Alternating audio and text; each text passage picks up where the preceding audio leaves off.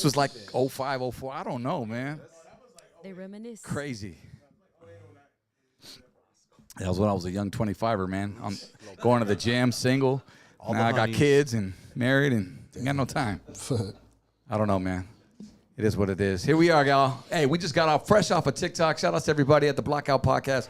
You guys were on TikTok, and I think that's something we're going to be doing. That was a vibe, though, right? That was such a vibe, yeah. Low Perfect vibrations, setup. low vibrations. You know what I'm saying? Lots of new stuff, including that, and then also DB's got a camera now, y'all. If y'all want to see his beautiful face, hey, we've upgraded.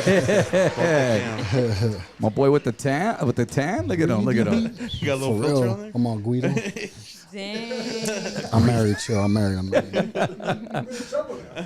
Yeah, The Riz face. The Riz face. Bro, you see it, dog. You see it. Like, just to shout out you guys. Shout out to everybody, man. Appreciate you guys. First There you time go. here. Let's get it. Now you'll notice the camera's not going to come off him. You know what I'm saying? What's up? Anyways, we were warming up. We were waiting for my man DJ Icy Ice to come through, and he finally made it. We were in the mix live, and he popped on, and it was dope. So if you hear from TikTok, saludos, shout outs to all the blockheads and everybody from the Ice Pack as well. Ladies and gentlemen, legendary staple here in the building on the Blackout Podcast platform. And it brings great honor for me to bring this man right here, DJ Icy Ice. Oh, man, thank you for having me. Shit, we finally, dog. I know I was a little Filipino time, but, it's all good, man. I even said that. I go, wait a minute. Hey, I thought I was the only Mexican here that was late. I go, man. I go, Filipino Filipinos time, late Mexican too. time, all of that time. You know, we kind of similar. You know, y'all got lumpia, we got taquitos. You know what I'm saying? Y'all got pancit, and we got. Come on, help me out, Crystal. What is that? I don't know. Pancit? I know, right? Is that like soup? What is that? Pancit is their noodles. man. Oh, That's so we have noodles. sopa maruchan. We have fideo. There you go, fideo. Oh, fideo. Sopa, yeah, Okay, ABC's, the ABC one. For real. You ever tried fideo? I haven't, no. It's Bomb. I Real haven't. bomb. Yeah, dude. I got to. And then our las, or you guys, your grandma, we call abuelas. Yours la. I remember. I used to Yeah. date a Filipina, so I used to do it. Lola. Lola. Sorry. She would not let me leave the house without, wrapping up some like beef sticks. Hey, but, puto is, that's a Hey, dog, chill. Hey, puto. No, that's a dessert. That's a dessert, dog. That's a Oh, dessert. shit. Oh, yeah. Yeah, puto's Yeah. a dessert in Filipino. There you go, Danny. You can eat that puto. It's a rice cake. It's like a little, rice cake and stuff. I'll eat it. Hey, I'll eat it. puto. Eat them cakes. Well, this is kicked off with the great start right here. We're learning some nice verbiage. I love it. Because, we grew up learning the slang words, man. You know what Exactly. I'm saying? In the hood. Saludos, brother. Thank you for coming through. Saludos, yo. Thank Cheers, you for having everyone. me, bro. Yes. We'll take some shots here in a little bit, but a lot of stuff that's happened over the weekend. Let's talk football. Who's your football team, bro? You got Oh, one? man, Rams, man. Hey, Will. Here we go. Saludos to our team. But Saludo to the team, but It was a good game. they didn't It was a advance. good game. they For didn't. sure. We my came far. wife is into the Lions because she's originally from Detroit, Oh, okay. and so they got eliminated. Rams got eliminated. It was just like I was happy when the Lions went away. I was like, it was personal. Because, their I wanted coach. I wanted them to go back to back though. Like And that's the other thing. I didn't want them to. you didn't want them to face off. Hell no, man. I ain't going to lie. That was the real reason. But besides the fact the coach came out when they beat the Vikings and said, I'll see you in 2 weeks. Meaning after you beat the Rams and come back and play us. I was like, nah. So it was a revenge time or something. I had a vendetta going out against this dude. But, it is what it is next season. You know what I mean? So, but shout out to everybody out there, your football team. We were the only West Coast, though, I will say, that went all the way. And that was kind of our downfall, man. We couldn't really play in the snow, man. Yeah, But they're not used to the snow. They can't simulate that, man. No, not at all. You give us a hot sunny day, then it's gonna be a problem for you. You know what I mean? Palm trees here in Cali and all that. But we got DJ Icy Ice, brother. There's so many places I want to start. We're in a room here, aspiring DJs, Crystal DJs. You know what I'm Crystal, saying? You DJ too. All right. Danny does. Nice. Danny Of course, boy. Danny does. Danny boy. What up? I don't DJ. I just jump on TikTok and act like I know how. Hey man, you've been killing it. You know what I'm saying? Man. I've been seeing you. Yo, I pop in. I'm like, damn, 500 man, people. appreciate it, dog. Thank you for that. You out there camping? Live on TikTok. Live on All TikTok. over. I was like, what? AM, PM. This is boy now, like settle down. Spend some time with your family, bro. Like chill. Everybody out there around the fire, and you're out there TikToking, man. It's just one of those passions, bro, that I have, and it's kind of one of those deals. Because we have a family YouTube channel too. I have, you know, okay. RBG fam. So it's kind of like, you know, I bring you with me. You know what I'm saying? Along with my family venture. So why not get, you know, kill two birds, get on TikTok. That was dope. I was popping fireworks listening to you, man. You know what I'm saying? That's what's up. That's what's up. But no, it's interesting, man, how we had what do you think about that 24-hour ban? Yeah. I Not mean, even that was. 24 hours. I think that was just all like, you know, hype up the president. That's what I Okay. think it was, you know. Make Well, them look good type shit. you know what I mean? Yeah, make them look good like a Yeah. superhero type thing. Man. A martyr. Brought it back of for our 12 TikTok. hours of ban. Yeah, they banned it for 12 hours, and then hey, Yeah, that was it. So Hey, Did you see thanks the to freaking notification? Thanks to President yeah, Trump. exactly. Yeah. That's what I'm saying, man. if that wasn't a stamp, I don't know what was, man. But it is what it is. We're It is what it back. is, You yeah. know what I'm saying? It took a while for the lives to get back. I think I got an email this morning, like at 6:40. You're able now to go live Oh, nice. because I don't really post reels. Do you post reels on TikTok I at all? don't, man. You know what I mean? You're fairly new to TikTok, right? Because I you're am, usually man. on you're on I- Twitch. Is where you? I've been on Twitch. Yeah, Twitch Yeah. has been our staple. How long you been on doing Twitch for? Shoot, I'm going on 5 years this year, man. Nice. Wow. Yeah, so Yeah. 5 years live streaming, man, and that all started in the pandemic. Yeah. Let's talk about because a lot of DJs came from Twitch or went to Twitch because of that, right? And were there any other platforms at that time? Well, originally it was all Facebook and Instagram, but when they kept cutting out our streams like midstream because we're playing a song so long or whatever, that's when we're like, you know, some of the homies, Shortcut and some of the guys, they discovered Twitch, man. Right. And our boy E-Rock was the one that talked to Twitch, said, "Hey, can the DJs rock over here?" And What do you mean talk to Twitch? Oh, like wow. went to like the he main went to dude? like one of the head guys over there, and they got the green light and opened up the doors for the DJs, man. No So- shit. It wasn't really Yeah. a category prior It to the wasn't a pandemic. category. Wow. Twitch is originally a gamer platform, Very Game true. platform. Very Yeah. true. Didn't Ninja just like TikTok was a dancing platform. True. Facts. Damn, true. You forget shit's about these everything. things now because Yeah. it's just so. But that's 5 years ago. Yeah. Yeah. So yeah, it's opened it up, and not just DJs, but then cooks and mechanics Everything. and all Just everybody, chatting. painting. You can do whatever, yeah. Yeah. I don't know. I All just kinds of jump on late at night and I hear that's all I hear. So she called the ASMR. Don't knock ASMR. the What else should I ASMR tap? channels. Like, what did you? You know you liked it, eh? Smacking their lips and all that. Like, And then they start purring. I'm like, all right, it's time to change. My wife's gonna walk in here any minute. AMSR for this? MASR, ASMR, ASMR. whatever this Or is. Yo. Between ASMR, I can't. Well, I got it right. Hey, what does that shit do, fool? Like, what It's is it just supposed to do? stimulating and relaxing at the same time. So a lot of people use it to go to sleep and just, maybe meditate even. Just puts you in like a tranquil state of mind. I'll play some slow that was a thing in R&B. the pandemic, though. That was Yeah. a thing. Was it especially in the really? Pandemic, yeah. It was around ASMR back then. Yeah, people were like It was- big into it. They're like, "Yo, did you check out that stream?" Blah blah blah blah blah. You know. Yeah.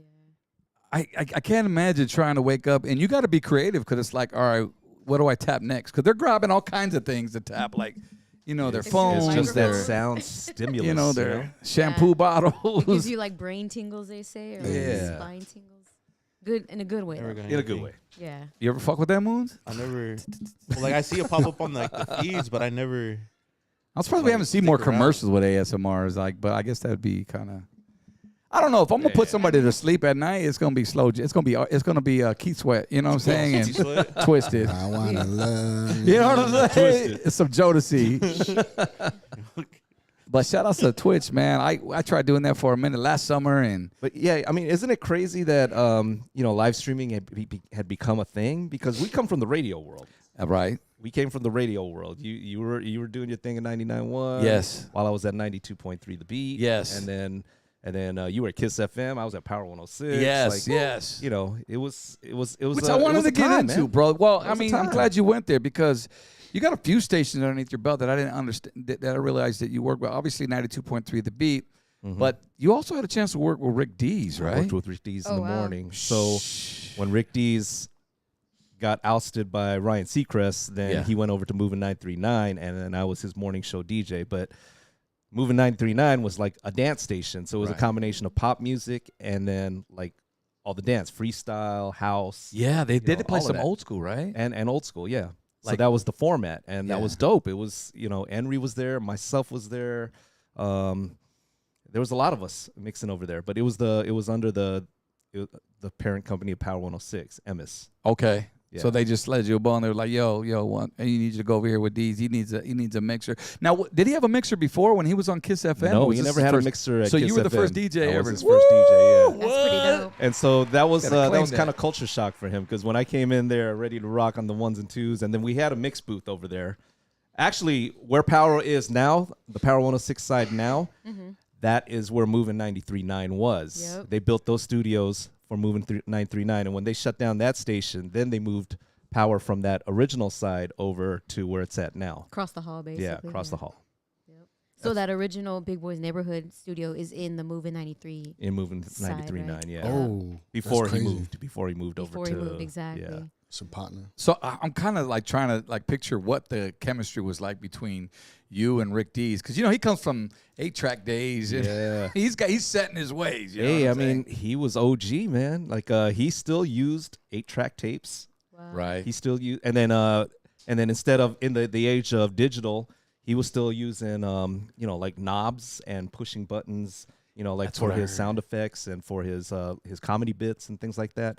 Where at the beat, Julio G and all those guys are using like the I forget the name of the machine, but the machine with the buttons. Oh, and the Vox shortcut? Pro? Oh. yeah, Shortcuts and Vox Pros. Yeah, the Vox Pros, all of that. With all the man, like, effects, like that little the effects, box. everything was just triggered through these buttons. But Rick Dees was turning school. knobs, Oh shit. turning knobs, and using 8-track tapes. Just like he was in La Bamba. No, I think he was putting the needle on the record on La Bamba. But that's what he was comfortable with that. If it That's- ain't broke, that's what don't he came fix up it. with. Yeah, exactly. And he had the power to say that. Like, no, I'm not did. fucking with your new equipment. Like most of us had to learn. When Next Gen came in, which is a digital software, we all had to learn that and other stages now. And I thought it was great. I embraced it, but I was just curious as to were you live or were you? I was live, yeah. Nice. So He would only bring me in on Friday mornings. So Okay. the rest of the week was just pretty much his programming. But then on Fridays, 8:00 in the morning, I would rock 8 to 8:40. So it was a special Yeah, mix. special thing. mix, yeah. Did he talk during the mixes? He would just do like a little drop-ins and Short just talk breaks. little talk breaks. Little talk breaks. And did you have to because there's a chemistry between the DJ and but the yeah, mix. but with Rick, like he was very visual with his wording and stuff. So he's like, as soon as he's introducing me, he's like, "Oh, I feel a cold front coming in." Oh, Icy Ice is in the studio, and that was his thing. That was his thing. Clip Hell that. That's what's up. He's like, "It's frigid in here. It's below zero. Icy is cold on the mix." Yeah. I wish I had those audio Oh clips. my No, I do God. not, man. But that's how he would introduce me. Yeah, That's Rick. like some old school radio type shit. I see D's doing that. It reminds me of but real visual with the wording, right? Real visual. well, when you said wording, it reminded me of Private Parts with what's his name? WNBC. Howard Stern. WN. No, you got to say you got to emphasize it. WNBC. And that was just the sign of the times. You know what I Yeah, mean? super Back animated. then. Yeah. Nowadays, you tell a joke like that, motherfuckers just look at you. I know, because I'm the old cat in the room. So I'll say some old dad jokes. Motherfuckers looking at me like, okay. I'm like, motherfucker, I am a dad. So, no, but that's dope to say. Who could say that they, DJ'd for the legendary Rick Dees, man? Yeah, Rick Dees is the man. I learned a lot just being in the studio with him, watching him work, and then even how he treated his team, his staff. Like, he took us on Christmas, he would throw a big party for us at the Four Seasons. Who does that? We never had that at Power or the Beat. Dang. We lucky if we got a pizza or something, But he was taking us Yo, Taco Man. and doing a high class dinner and giving my wife Tiffany a Tiffany box and things like that. Like Whoa. Rick Shout Dees out. was like that, man. At took care of you. some point, you got to go. Rick Dees took care of his people. Wow. See that? That's dope. And that's something that a lot of us don't get to. That's some inside shit. That's why we came here today, to hear those stories, man. I want to go back to, when you was a teenager, bro, and I saw somewhere you started around, you got your break around 15, 16, and was that in radio or was that later? That's when you started DJing? The clubs was early on, but then radio I got into in the 90s. In the 90s. But yeah, it was Julio G and Tony G. Yeah, bro. We want to hear KD that Mixmasters. story. Those on, guys man. gave me my break. Salute Julio G. Salute Tony G. So Julio was at the beat at what was he doing? West Side Radio? So around 95, 96, that's when Eazy-E passed away. He was doing Julio was DJ for Eazy-E's Ruthless Radio. That's right. And then when Eazy passed, the Beat gave the radio show to Julio and Tony, and then they wanted to put on local DJs. And myself, Mellow D, my Beat Junkie brother, Mellow D was Shout out Melody. He was the world champion at the time, so they brought him in, and then I was like right there with him. That's dope. And they gave me my. So break. you guys were handpicked then, so to speak, because they could have chose any DJ. They could have right? chose any DJ, yeah. Like That's that? right. But you. Oh, Look at that. Who's that? That's them right there. Who's man. that? Who's that Heina right there? That's Hey, and Daza was. Dazzle. Oh, look at Young Ice. Yo. You were like a little developing Ice Cube. Yeah, You were like a little baby Ice. Yeah, I was baby ice. You're at that time. marinating in the tray, in the ice tray right there. Look at that. what? Oh, that is so Yeah, dope. Battle Battle Cat. Cat. Bro, Yeah, Tony G. Who's the G. cat on Mark the right? Love. That's Mark Love. What did he do? Was he a program? DJ Mark Love, DJ? Unity. Back in the day, Unity. Was that a Unity club? nightclubs. Yeah, that was the underground spot. Slow where- down, slow down. Go back, go back. Oh. These are legends, bro. Now, who's that? In the, That wait, was wait. Aladdin. Yeah, that was DJ Aladdin. In the middle, right? Yep, that's DJ Aladdin in the middle. That's Dub C's. That's And Dub C's original Gargamel DJ. right there too. Yeah. That's now here we go. Yeah, they were low profile. They There were you low go. profile originally. And who's that to the left? DJ Gargamel. Where's he from? He was pretty much right hand guy to Aladdin. Do you still talk to these guys? I do. Yeah, like Well, that was a recent pick, right? Or yeah, no? yeah. On the 50-year anniversary of hip hop, man, I helped put together that Real Ones party for honoring the K-Day Mixmasters. I just saw that hip hop was just honoring all the MCs everywhere, anywhere and everywhere. Yeah. But no one was honoring the DJs. So for LA, I wanted to help honor our OGs. So Sick. I really wanted to honor Tony G and Julio G for putting Absolutely. me on, you know. But we were lucky to get the whole K-Day Mixmasters. Yeah, that's got to be. That was their first time together, all of them, since the 80s. I did hear about that. That was a Yeah. couple years ago, right? Yep. Did you have Ralph M there? Yeah, Ralph M was there. Shout out Ralph Yep. M, the Mexican. I remember listening to all these cats We growing pulled up, all these man. guys out the Battle woodworks, man, Cat. Shout out DJ Jammin' James. I know he's yeah. original. Yeah, He's Jammin' the James. original. I had no idea he had that kind of history with you guys until I saw you over there in San Diego, and you were telling me all that. So if it wasn't for James, yeah, I mean, you know, he's the creator of Sunday Afternoon and Homies, Latin Active, and then he also introduced us to Battle Cat, who did a couple tracks on our first album as well. And it was just, I'm 16 and I'm working with these cats. That's Can you imagine, dope. like, I'm fanning out just having you on my couch right now, but can you imagine with them cats? Those guys were legends already back then, man. But that's dope. So Julio took you under his wing at the beat. So Right. yeah, I mean, I met Julio at the Baker Boys Ghetto Baby record pool when they had the record pool meetings. Shout out Baker Boys. Yeah, the Baker Boys. It was actually Frank V, the older brother. Yeah. He was running Ghetto Baby. Rest in peace, right? Yeah, rest in peace, Yes, sir. Frank V. But yeah, I met Julio there, and I fanned out myself, and I was like, "Yo, Julio, man, you know, like I'm part of the Beat Junkies, and we do this big club over here in LA. I want you to come check it out." And he really came out, man. He came out. Dope. He's always been one for the people, man. He's been Julio one with just- the people, yeah. He's a real one. It's like, you know, how you gonna say? You see, what you see is what you get, man. Yeah. He's very like, because I saw him at NAAM, and then I was like, yo, Julio G, because we had him on the pod. No, Tony G, my bad. But, Yeah. you know, they were, Julio G, Tony G. brothers. They're Yeah, brothers. they're They're brothers. brothers. Yeah. they're just super humble. Yeah. Two of a kind right there. And we had Tony on the show.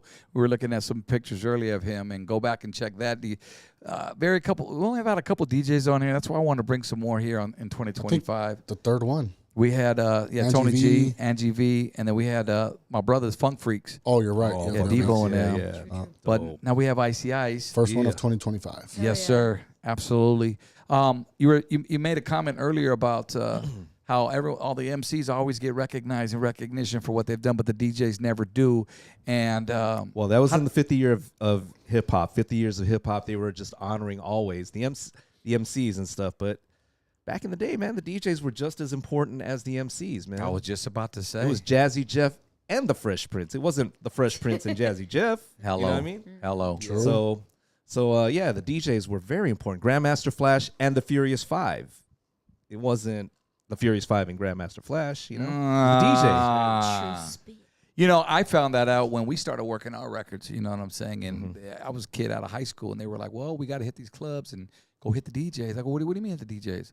Well, these cats were going to give you, we used to have these vinyls that had test press. They're called test press. They weren't even pressed yet. They were just like sampled vinyls of our songs, and they had the white labels. Remember the white labels? The white labels, yes. So we would go to the clubs, and we would just hit up. We'd just pop in one club, and then boom, meet the DJ. Hey, man, how you doing? This is, you know, my name is ODM, DTX, Lot of Shade of Brown, we're a new group. It's our new joint, TJ9, whatever it was. Okay, cool. And I'm like, there's where I learned, take care of the DJs, because when you hear radio, who's the first ones playing it? They played in the mix show. And you know that from radio. Yep. But before it gets played in mainstream rotation, where does it come from? It comes from the mix show, which comes from the clubs. Who's in the clubs? The DJs.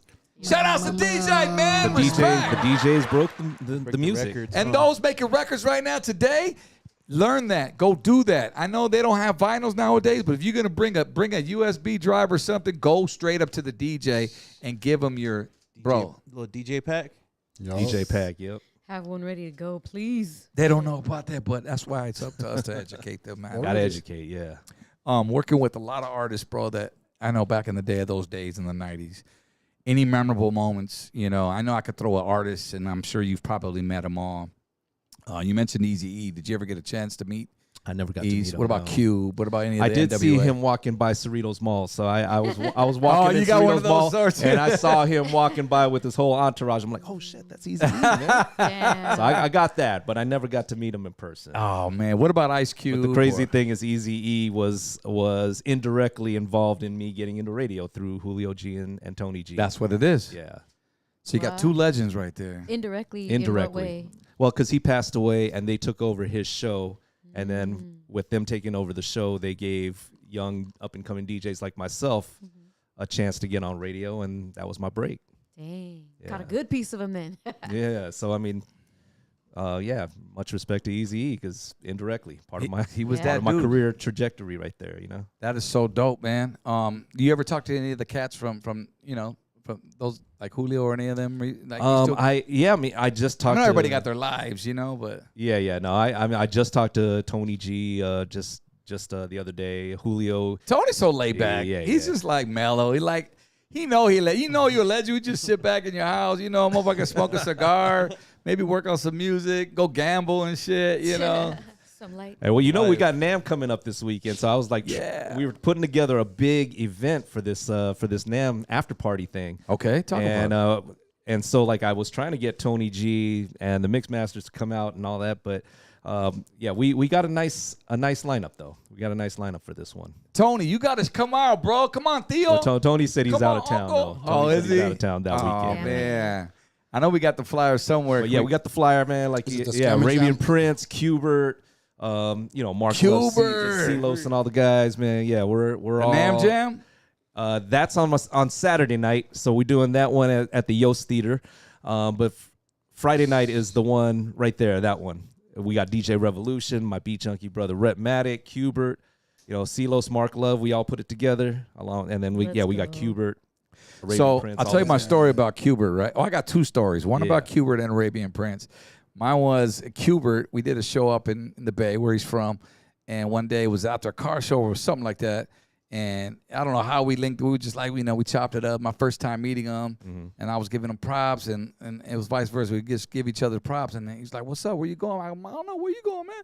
I go, "Man, we going to the hotel, bro. We about to get some breezies." You know, I was young. I was like, "We're going to the hotel. We're gonna be in my hotel room, man. You want to pull up?" He goes, "All right, I'll pull up." So we go to the hotel room, and here, here's Cubert with one turntable and a fucking speaker.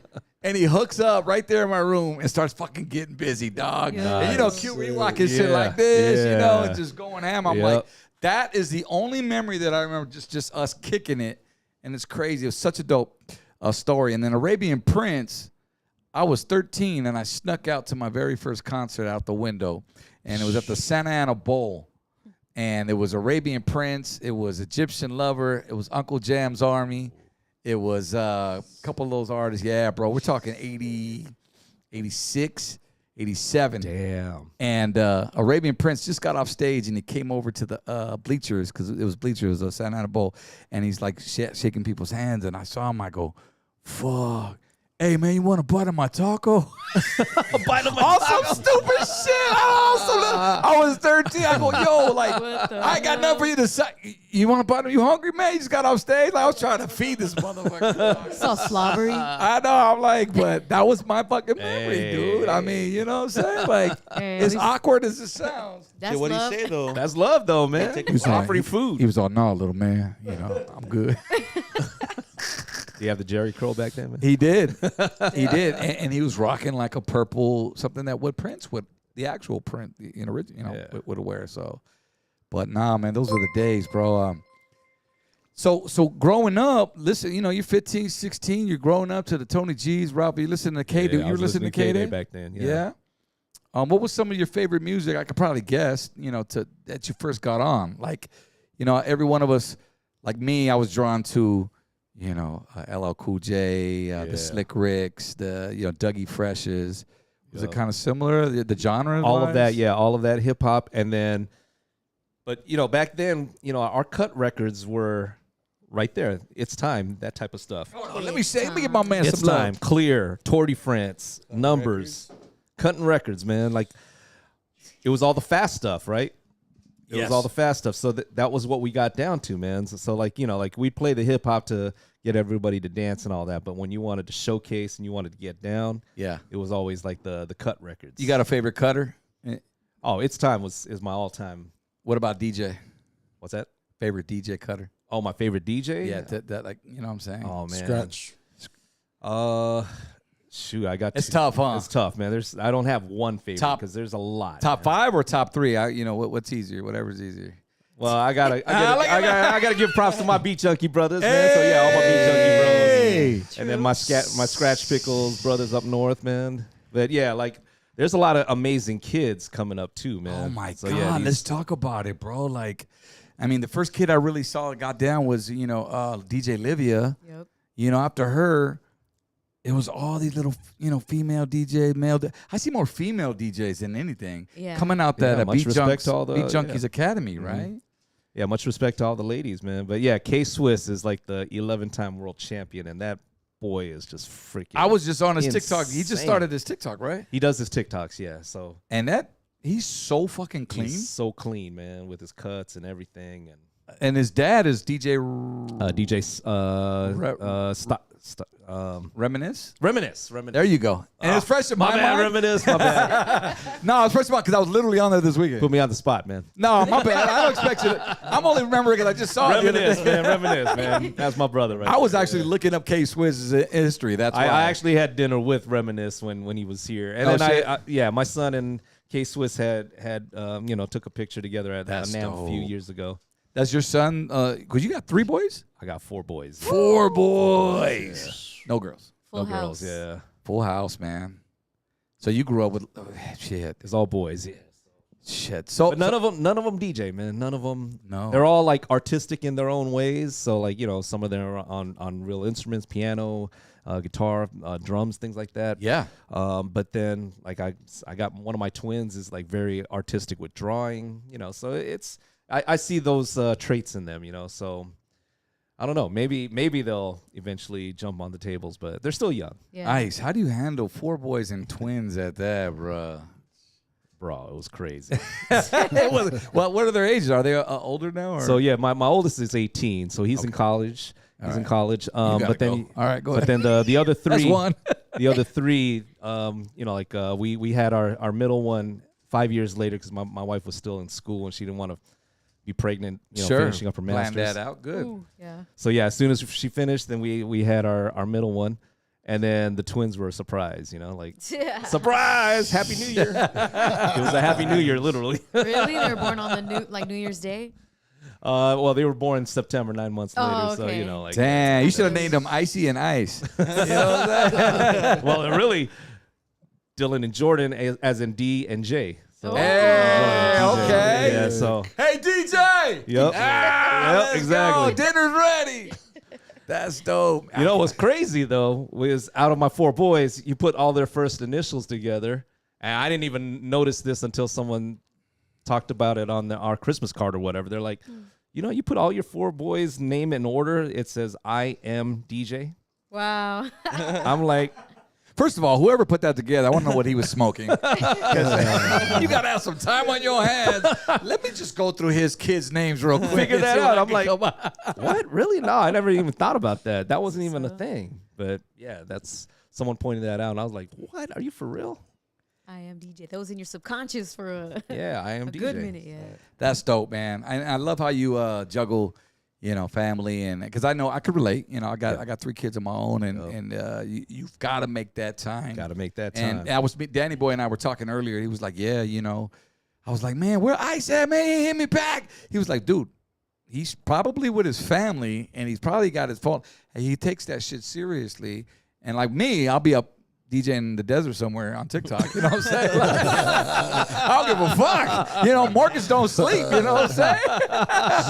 I'm the breadwinner here, so I gotta, you know what I mean? I gotta keep it Exactly. going. But that's dope, man. I mean, you know, you gotta. No, have that a dad structure. life is that's important to me, It's man. the- You it's know, the balance, I the cherish balance. that, man, It's and the I try to balance. keep that balance. You know, I try to be there for all my kids in all their separate ways, and Yeah. I try to be there for the family, and you know, I balance. That's what's up.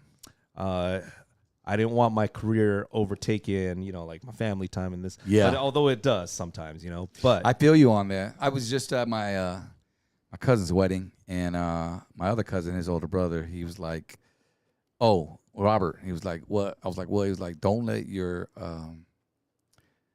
paycheck." So I forgot what he said in the words like, "Don't let that take over." We get it. yeah, You're working for your family, but don't miss out on, you know. yeah, don't miss out the opportunities. moments, you know. The moments, bro. So I feel that. I feel that. So, Sick dad DJs over here. you know, that's a podcast right there. I'm going to knock up some baby mamas right now. Damn, fool, chill. So we got NAAM coming up. It starts tomorrow, right? It's, no, Thursday. Oh, okay. I thought it was 5 days. No. The 21st. They only do Well, 3 they- days right now, so Oh, they okay. cut it down to 3 days. Are you going, DB? Yeah, I'll be there Thursday, you gotta come through, Friday. man. I'll be there all the days. I forgot I had a camera. What's up, yo? I'll be there the 3 days. Okay. Thursday, Friday, and then Talk about NAAM. For those that don't know what NAAM is, I mean, for those that haven't been there, and it's going on for NAAM you. is pretty much the biggest music conference or the biggest music convention in the world. Right. Everybody fly in from all over the world just to come to Anaheim, California, and it's everything under one roof, man. I mean, that's anything music. So it's sheet music, it's guitars, it's speakers, it's wires, it's stands, music stands, it's DJ controllers, it's everything. So you'll find now the brand Fender to, you know, guitars, everything from Odyssey, like the guitars, stuff, to pianos, the to new stuff violins, that's coming out. to mixers and stuff, and mixers and everything. Yeah. all the new shit, like the new that's about to come out. And what's crazy was the DJ section was like one of the smallest sections 10 years ago, right. but now it's like one of the biggest sections. Like, Dude, they have Kind of everything. When I went overtakes, last yeah. year, it was like backpacks, cables, XLR, like just little lighting, things. yeah, all kinds of Lighting, lighting, the all Chevette kinds, booth, like all that. everything. It was It's kind of lit. like DJ is kind of Yeah, taking yeah, over, yeah. huh? Because I was searching on NAAM, you know, videos, and all I kept coming up with like guitar, and I'm like, wait, where's the DJ section at? Like, it was just all guitar stuff, you know, interviewers They and do interviews. workshops. They have like Yeah, I heard that. the guys that like I was sitting on one of the workshops, and it was like the guy that was behind the chords of the Star Wars, you know, and he was breaking down like, you go into this scene, you have to have like this kind of transition of chords leading up to the music, or if you're going into like a very sad scene, then you bring the chord progression down to Right. these notes. Oh, wow. So I sat in on one of those workshops, and I was like just blown away how, you know, they even think that way. Yeah. How they come up with the music. and- He's all, well, first, you got to hit this. Then we can begin. Hey, you know what? It goes Let's hand go. in hand in hip-hop, Right? baby. Puff The it. creative Yeah, juices. puff, puff, pass. That's what we learn in class. And then now let's begin. Now that's crazy, man. Yeah, but NAMM it's an incredible experience. You know, it's the same thing like Comic-Con. If you're going to Comic-Con Yeah. and you're a comic nerd, or you're like you and I was gonna say toys and Comic-Con. that whole universe. Or what's the one music. they have in Vegas? Anything from The music. week before. What's the one in Vegas? The SEMA one. SEMA. Yeah, I Oh, used to the like cars going to and those. shit. Yeah. Check So out that SEMA, stuff. Comic-Con, NAM. Those are like massive, huge conventions. I went to NAM maybe. I went with the Avila brothers. Bobby Okay. Ross. Shout out Bobby Yeah, Ross. yeah, his shout out to brother the Avila Isaiah. brothers. And it was like maybe 10 years ago, a long time ago, and they invited me out. So I went. I'm like there walking through, and I'm running into all these old school DJs. I'm like, fuck cats I ain't seen in a minute. And then Z-Trip was actually at one of the booths. Yeah. And he was getting always down. I was like, performing, fuck, this dude had a crowd. And Yeah. I had never heard of the dude before. You know, maybe his name, but I've never seen him get down. And it's a difference when you see somebody live doing that shit. It's just dope. Yeah, it's dope, man. It's a whole performance. It's a DJ performance. And it's selling the equipment. Yep. But in your words, though, in your experience, it's not about the equipment. I mean, it is to a certain point, but it's really the moderator. It's really the DJ and the skills and all of that. But the equipment helps enhance the performance, and and the technology helps make things easier. So you know, back then, if you wanted to Talk about scratch a beat, you scratch a beat. But now you can hit drum pads that are already built into the mixer. Or nowadays, you got like on the songs, you could break out like the different stems. So if you just want to hit Love it. a cappella, or you want the instrumental. It's kind of like making your own mashups on the fly. Yeah, on the fly, yeah. Yep. You could take the lighter shade of brown vocal and put it over the Kid Frost beat or something. Don't do that. Don't do that. Nah, I'm fucking with you. What's up, Frost? Perfect place to demo that shit, though, right? Yeah, as far perfect as the place, skills yeah. and the equipment. Exactly. Shout out to DJ High Note in the chat. He said going to be dope on Friday, so he'll be there. Oh, what up, High Note? Shout out I know. And everybody else in the Huh. chat. I know Angie V sending a lot of love. It's me, Angie V, that is, not DJ Angie V, Right. unless she is Hey. though. But yeah, so shout out to the chat. That's dope, man. Yeah, that sounds like a party, man. How does one? I mean, is this something you got to like apply for to get a pass, or like? You know, I think it used to weeks be in advance? exclusive back in the day, but now it's open to the public. So yeah, you can buy passes Yep. to get in there. You just have to pay your way in. Pay your way in, yeah. I haven't been. I have yet to go. But Oh, you one gotta of come these check days. it It's out. I would say it's Crystal, worth you gotta it. come check it out. It's worth it. I think Yeah. last year was like my first time going, so I just kind of like had fun. So I was just watching all the DJs, the booths. I know you guys had a booth with Qbert, like in the Yes. little section. But this year, I think more now that I'm getting more into the corporate side of it, I think I want to kind of check out the different sound For that sure, there is yeah. and stuff like that. Yep. But I mean, at the end of the day, I'm gonna end up on the other side. That's the biggest area where everybody kind of like, Merges. you Comes merge, together. you see each other like this. That's Network. one of the gatherings that you'll Yeah. see. Like Meet me at the beer Everybody. garden. yeah. Club DJs, Yeah. wedding You'll DJs, see Stevie. cut You'll artists. you'll see Stevie Wonder walking around with Yup. with his entourage, of course, and being Did you say wandering escorted. around? walking around. I'm fucking with you. Go ahead. Sorry, Stevie. Dad jokes unlimited. Fuck you, ODM. I see you, ODM. I see you. You're a dick. Okay. But it would be dope, yeah, just to go. I mean, I went, like I said, I went once. I had a great time, and especially your parties, bro. I'm sure there's a lot of networking parties there too. Yeah, right? yeah, networking. after That's parties. the biggest thing is you're connecting, you're reconnecting, or you're making connections, and then it's a reunion also for the cats that have been in the game for a long time. You know, like True. Can someone like us? Because here's what I heard. I don't know if it's true or not, but like, since there's a bunch of companies there, someone with name or like somewhat of a name or values in radio can walk in there, maybe go booth to booth and pick up some goodies. I mean, When I say goodies, no, I mean I'm not walking home with an MPC 60 on my back, but I'm just saying like If you they show might little give you a leg, GoPro or they may or you tell them who you are. yeah, you walk into the shirt booth, and I'm sure there's a Give me a lighter mic. shade of brown fan in there, and you'd be like, hey man, Pull up, let fool. me. I've got a podcast. Print Yeah, look at it. Take a picture of the There's no studio. Let's reason go. why you Okay, shouldn't 1, have 2, 3. some, block out podcast stands. See that? Uh, You know, like Yeah. some boom mics. Oh, he's trying to tell us something right now. Trying to tell us something right now. Why are we holding this mic, ODM?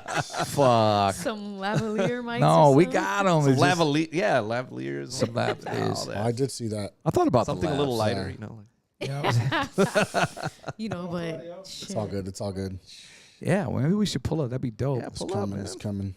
When are you going, Danny? Friday? I'll be there Thursday, Friday, and Saturday in the morning. Are you staying the night out there? Or are you coming back? Nah, I can't stay the night, dude. Shit, your girl be like, really? You're doing what? Daniel? Really? You're 20 Sick minutes of away? Ubers. You Kid, I can't love come you, home? baby. Yeah. Nah, going Thursday. Thursday might stay. I don't know. I'm gonna go with the vibes, but I'll probably book like a little $80 room, because we on a budget. But $80? Where the fuck you getting an $80 room at? Where you staying? I got rewards. Downtown Santa I Ana, got fool? rewards. I got rewards. He's gonna redeem his points. I got rewards. I got rewards. You had the like Mosey double or Rosie? triple during NAAM season. Like, fuck. I know a spot. Even I in know a San spot. Diego, double triple when Comic Con is going. Right? Yeah, exactly. I got rewards, so we're good. Oh, you got the reward. Okay, you got the My points. boy You gotta be a stay- member. You gotta be a member. All That's right. the perks of it.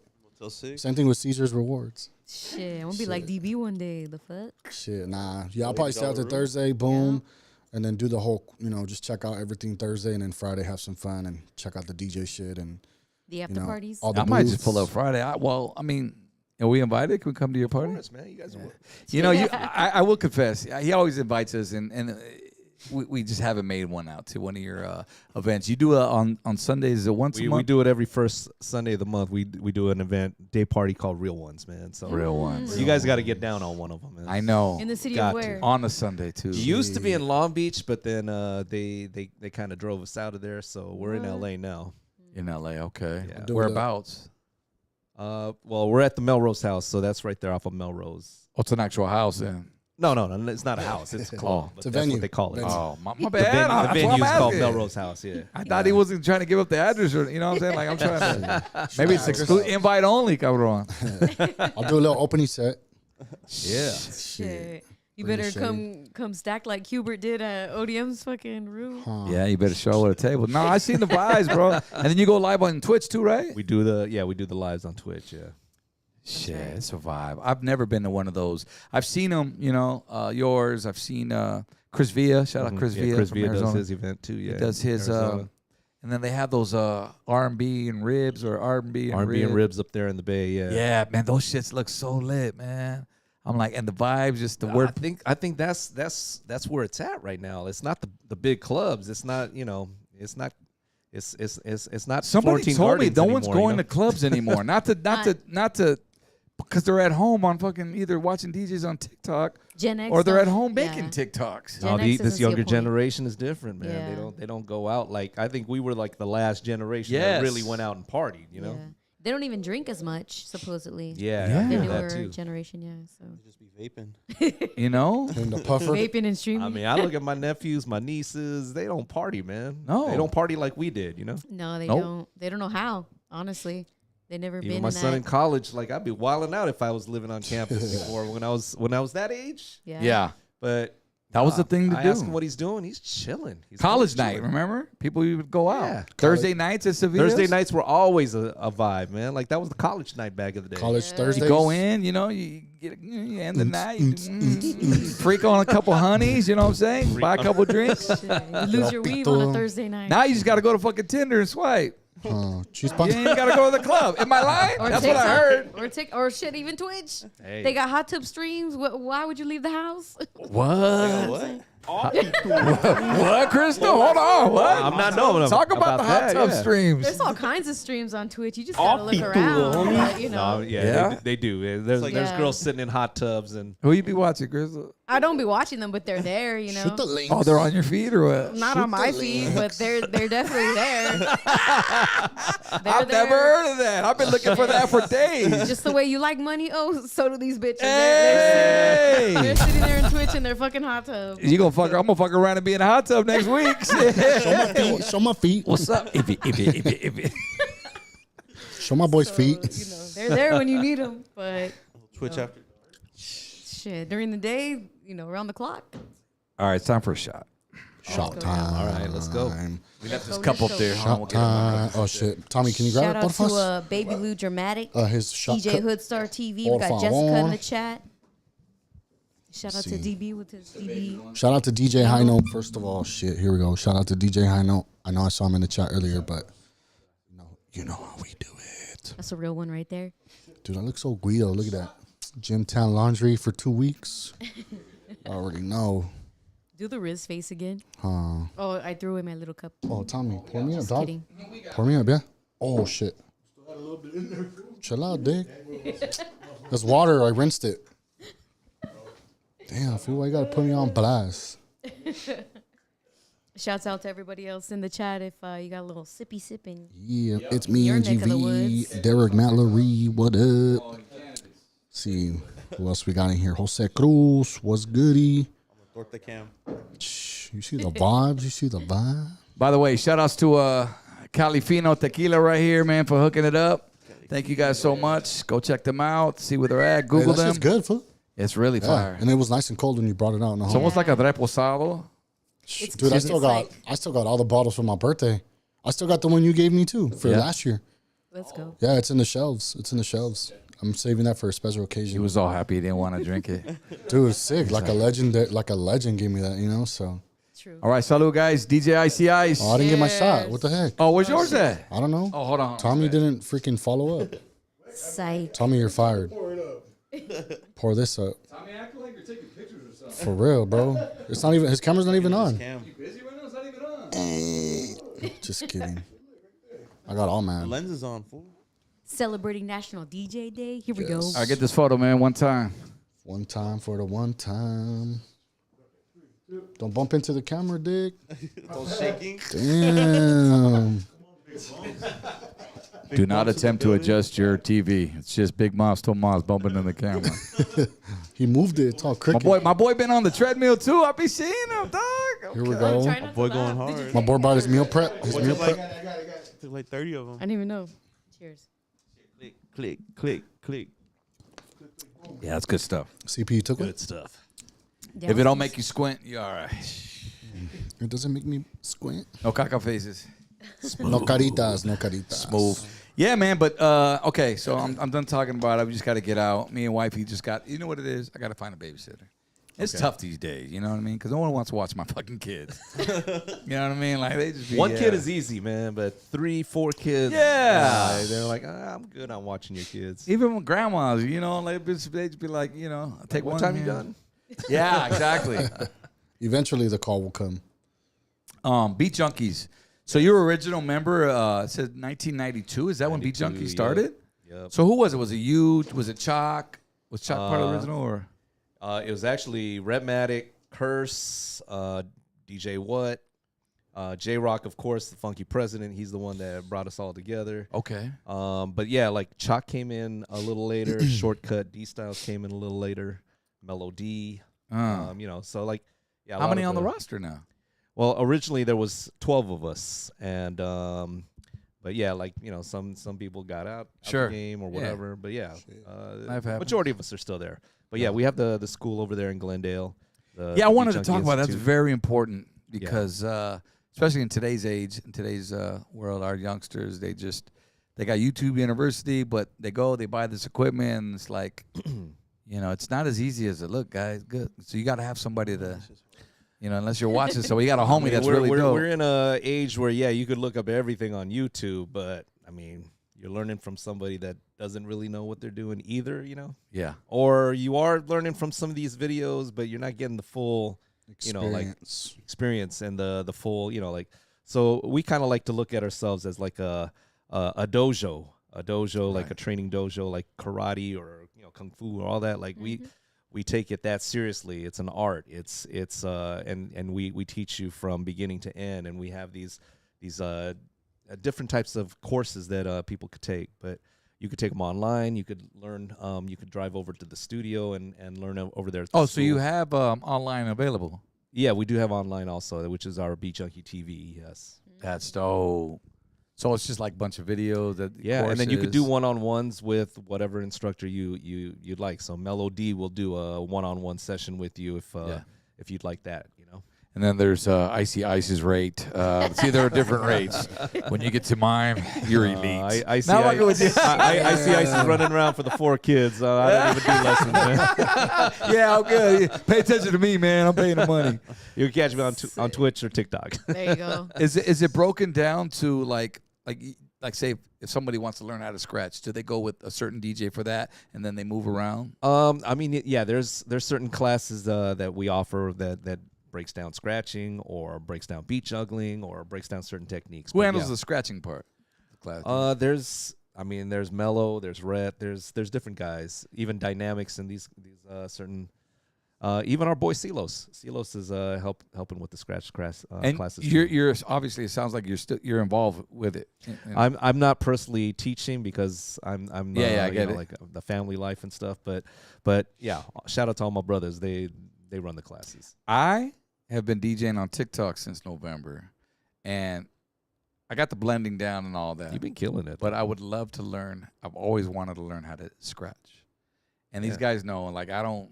Like that shit, and then and I see these little fucking 6-year-old fucking little girls. I'm like, did I miss my chance? No, but it's something. Literally, it's something that I always wanted to learn. So maybe I can hook up with Melody or go down there and hit up Mellow or hit up Red, whatever. go to NAAM. Get some goodies. Go to NAAM and A little care package. go to NAAM and we got the booth over there. I think it would be dope if I just went down and just not that they need the fucking exposure or anything, but just to kind of like, yo, what's up? It's ODM. Today I'm at Beat Junkies Academy. I'm going to learn how to scratch. Y'all follow me. You know what I'm saying? Just kind of. Yeah. You see where I'm going? Yep. A little episode. So I don't get a Little bill at the end of episode the on fucking YouTube month. and shit. That's what I'm Little saying. Little blockout podcast. Some BTS. Let me call Sunil. Hey, fucking for there real. you go, man. Sunil. Shout out Sunil. So Sunil, what's his part in there? What does he do? He's behind the scenes. Okay, He's behind the okay. scenes. Runs a lot of the business behind the scenes. Because I remember when he came to us and he started working with them. I mean, this was obviously when I was still on radio, but yeah, he was like, yeah, man. Yeah, man. Oh, we got something. It's Sunil, it's your boy for real. Yeah, you know what I'm saying? You know, for real. What up, fool? But he came from KGGI, and he was like, yo, man, and when he left, he was just, doing his own thing. In Yeah. L.A., he had Red Cup. You remember those? That Red Cup. That was the dope. That was the day party, shit, man. right? But anyway, he had told me what he was working with the Beat Junkies, and that was dope. And I also heard that they have a pizza joint now in Redlands called Scratch Pizza or something. They're supposed to open soon, man. Dude, how dope is that though? That was such a dope idea. Yeah. It's called Made from Scratch. Made from scratch, but it's a combination of like those vinyl bars, that you see in, I don't know, L.A. or the Bay or whatever, Yeah. or even Japan. Like you see these vinyl bars. So it's a combination of like a vinyl bar, but it's a pizza parlor. But they have a turntable. They have like turntables where you could session over there, where it's a round table. And then they've got the booth and they got the full bar and it's so they have actual like turntable set up. They got turntable set up. You can come eat pizza and just chill. And vinyl. Mello put out like his personal like collectible vinyl on the walls. Hey, And you got to. different things. You So got to. 45s, 12 inches, and just I different can't wait. collectibles that he's collected over the years. He's got a lot of his own stuff up there at the pizza So what parlor. are we waiting here for? City permits or the pins go through or what? Are we waiting? Man, they should be opening anytime soon. Yeah, Man. I've It's been- within weeks here. And it's in Redlands, right? Shout in out to Redlands. IE. So if you're in the Yeah. IE, look for it. Made from scratch. And Is so it boy downtown Sunil is Redlands? behind that too, man. yeah, So- I know. He was the one that told me. I blew my mind when he told me. I was like, that's so fucking dope. Smart. Yeah. For DJs. And you're going to have people coming from everywhere, man. I'm For telling you. vinyl lovers. Should be fun, yeah. Yeah. Super Sell dope. beer, I'm there. What's that? That'll be another We're gonna pull sell out to the beer out IE. there. You know? Yeah, yours another episode right there. Have some artists come through. That'd be dope. Let's see. What else, man? You got a fucking list of shit you've done, bro. Is there anything you haven't done? Rock the Bells, fucking. You DJ'd for the LA Sparks, man. Yeah, and man. You toured with KRS-One? I did, yeah. What the hell? Whoa, the teacher? And the teacher had Temple of Hip Hop Radio on 92.3 The Beat at one point, man. Did he really? So we were doing those right after the Wake Up Show. What So was the that Wake like, Up man? Show would go up until about midnight ish, Yeah. and then KRS-One, and I was his DJ. I was gonna say, what was that conversation like when he said, "Yo, man, I want you to come on tour with me"? I know he probably didn't say it like that. That's the tequila talking, but you know how he's very animated, right? He's Well, very he had emphatic, come to the yeah. radio Thank station. you. Yeah, he ¿Cómo came se to the dice? radio station. Emphatic. Emphatic. He emphasizes Emphatic, his yeah. This is my shit. big word, yeah. kind of right here. No. She'll let me know. My educated one. Emphatic, enthusiastic, Yes. Yeah. just very passionate, Mm-hmm. Yes, firm, very aggressive, like motherfucker, like. and he enunciates. He really enunciates his words on everything. Right. So what was it like, man? Well, how did he invite you? I got to meet KRS-One when he came to the beat, and then I was doing a radio show called Seditious Beats back in the day with my man Fidel Rodriguez, and because that was such a conscious hip hop show, and KRS-One knew about it and he loved it, he was asking me on the side like, "Hey, if I start up my own radio show, would you DJ for me too?" And I was like, "Hell yeah." That's dope. And so he started up Temple of Hip Hop. It was on 92.3 The Beat, and then it was on Saturday nights right after the Wake Up Show, and we were there like 1 to 3 in the morning or something, you know?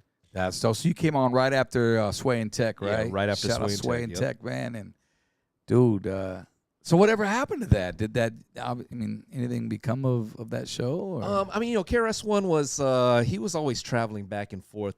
It's probably West a Coast, lot, East Coast, but yeah. that was at the time when he was living here on the West Coast. And so I got to DJ with him on his show. I got to do his shows as we would tour. We'd hop in, you know, vans or buses and just go up and down the coast here, you know, and then be back on the weekend and rock the radio show. But yeah, that lasted about a year or so, and then he moved back to New York, and so that ended that. You still talk to him?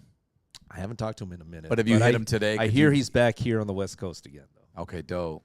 And my boy Lou Man's his DJ now, so yeah, I know Lou Man too. So that's dope, man. Did you have a record store?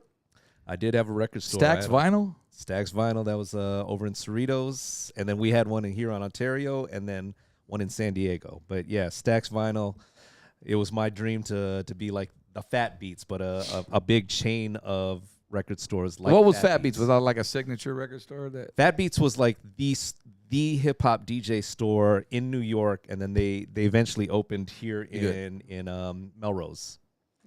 And then so my boy Silos, he was managing that. Mark Love, they were all working for him. Even my Beat Chunky brothers, Rematic, Babu, everyone was working for Fat Beats. And then it was my vision to kind of like do a store not in LA, but like right in the middle of LA and OC.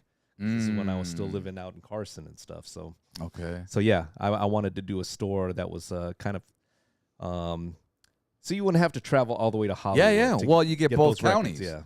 Yeah. You get OC right there. Oh, I ain't got to drive that. You know, And especially then same nowadays. thing. And when we opened in Ontario, same thing. I wanted to service this area. So you had the IE Man store too. San Diego, all that, man. So we had that store, had a good run up until 08, and then three things happened. Napster, Serato opening up, and then the Great Recession.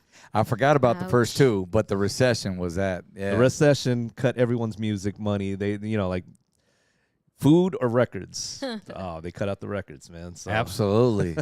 But then if you could download your shit on Napster, or you could get your stuff on like for Serato, digital DJing became a thing in 08, and that killed my business overnight.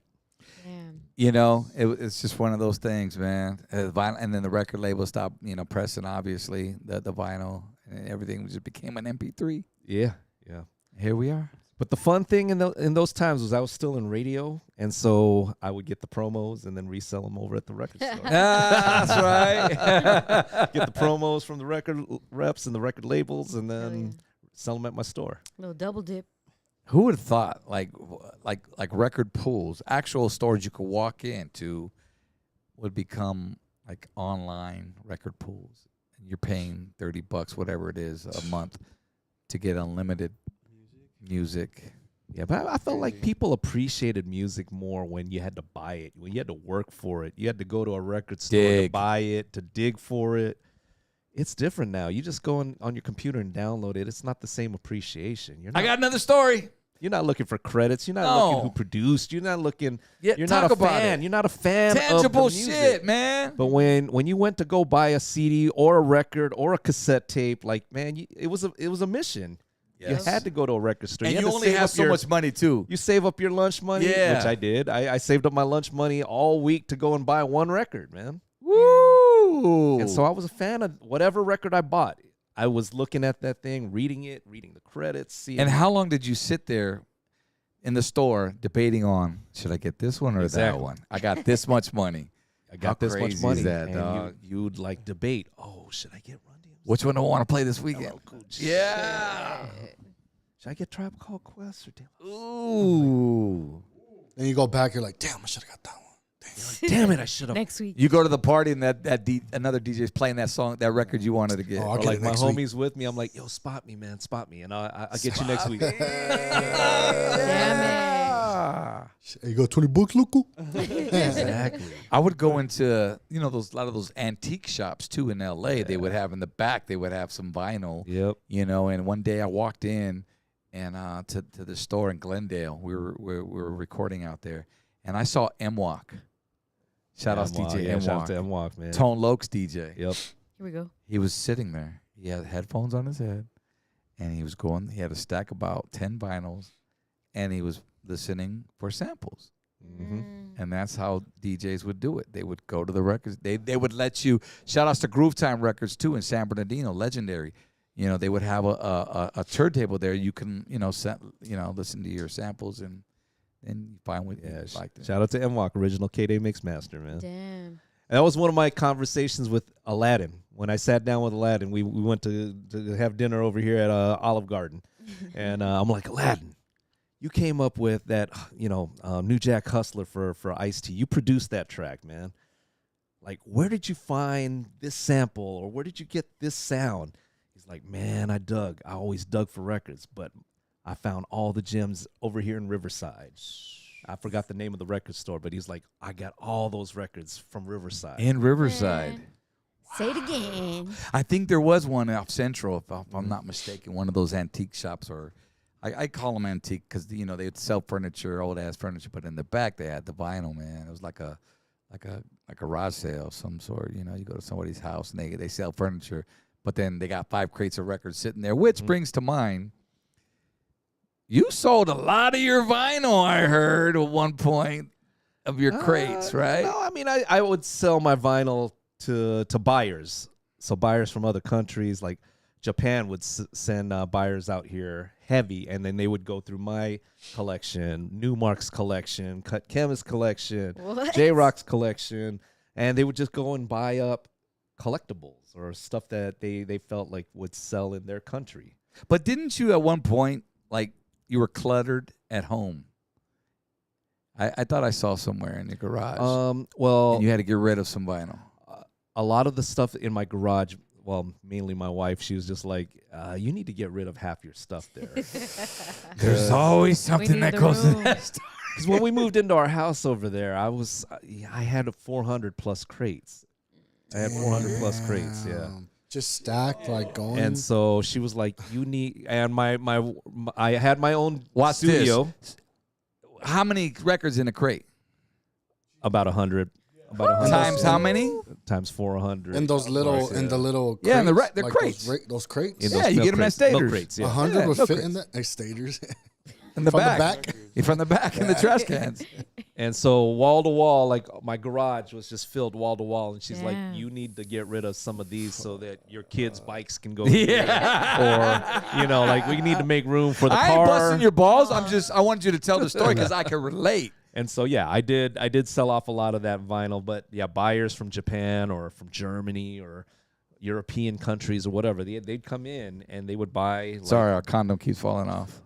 I mean, the fact that they could just shop your guys' collection specifically, that's pretty special, I would think. Like, is it because they knew the price and they were willing to pay it? You know what I mean? Or like, No, how they were did- smart. They were smart that they knew which DJs love to collect, and then they would go and like, hey, can we buy some of your extra pieces, or because we'd buy like 5, 6, 8 copies of one record Bet. if we really love it, and so we could sell off a couple. And That's right. You had your own store too, so you had I to buy did have multiple. stores. Yeah, I had multiple, but I had a storage unit for all my excess inventory. But the sad thing was, after closing my store down, and I've had that storage unit for 10 years. We're like, my wife was like, "What are you gonna do with that that thing? We're paying like a car Monthly, payment on that thing, yeah. Those storage fees ain't no joke, bro. Straight So yeah, she was like, we could have bought a nice car, with all these storage units, So I was just I like, had okay. 6 crates, So bro. I sold off what I could, and Yeah. then we dumped the rest at a Went and got at some a dump bikes. site. At a what? At a dump site, yeah. Yeah, what the hell? I pulled up in a U-Haul Hit and the just drama freaking music. threw Sad all day. that vinyl away, man. Sad day. I wasn't crying because it was just a lot of crap vinyl. I saved all the good stuff, but Yeah, no, not the that good makes stuff. I'm sense. not throwing away the good stuff. I'm That throwing makes away sense. promo copies of some artists that never made it. You know. You know, some lighter shade of brown. You know, so like, okay. Dang. I'm fucking with you, dog. Some dead weight records. Yeah. Yeah, man. I feel you on that. Having to give it.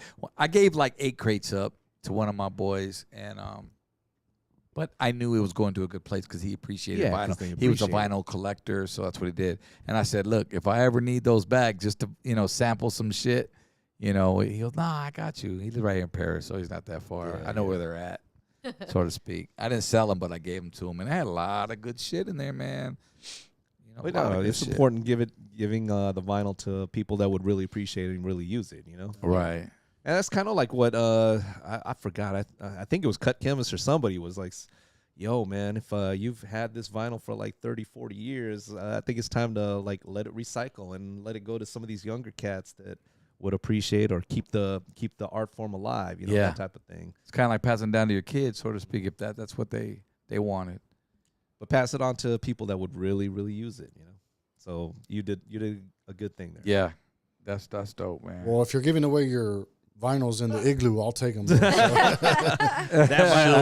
The igloo. Yeah, because you still Yeah. have more. You still, how much do you I mean, I still have what's in my it's like studio wall to there, wall. and then It's I like- still have half my garage of vinyl. I got rid of half.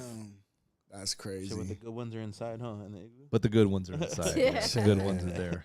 Who's some of your favorite artists? Because I know they're in those crates. Oh man, Like um, that's what I know. You got like broken down. You got the platinum. You have the gold. You know what I'm saying? The silver.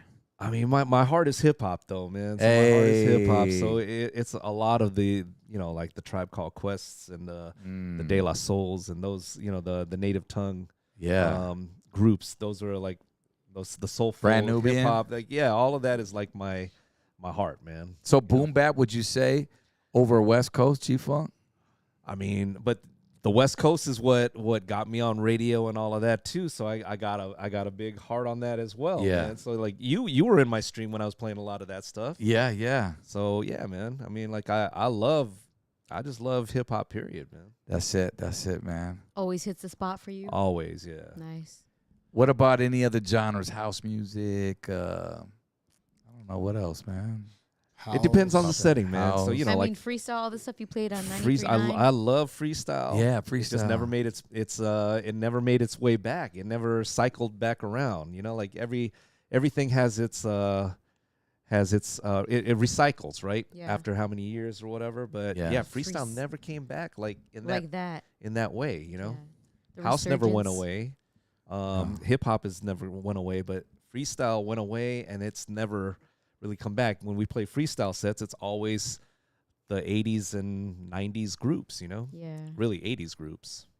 How is it? How do what are your thoughts on like today's like hip hop? So we're talking about hip hop. You got the newer generation. You know what I mean? A lot of it sounds a lot of influence from our generation, the 90s and It does, 80s. yeah. And I see a lot of people, even youngsters, the newer, they still gravitate towards 90s hip hop, man. Yeah. I think I mean I love it because anything that makes people move, I love just music period, especially anything that makes them move. But yeah, some like the young music makes them move in a different way. It's almost like they're not really dancing, they're just jumping and Bobbing kind of. mosh pitting type of thing, Oh. like that's their jumping. dancing. Trap. Versus when we were dancing, I mean, this guy was freaking mamas at the clubs, like Who was me? yeah. Why you letting a freak like that? Mr. Oh. Seaman. This is different, like Two-lap like crew? our music had more of a soul and a vibe and that pulse. party vibe, that Yeah. party feel. This type of music, it's a different type of party. It's kind of like their dancing is more just mosh pitting and dancing and things like that. I'll DJ these dances over at Universal Studios or these grad nights and things like that. I still DJ those things, and that's what they do. What do they? It's what not do they boy like girl the most? dancing. It's guy, everybody mosh pitting, girls all in a circle.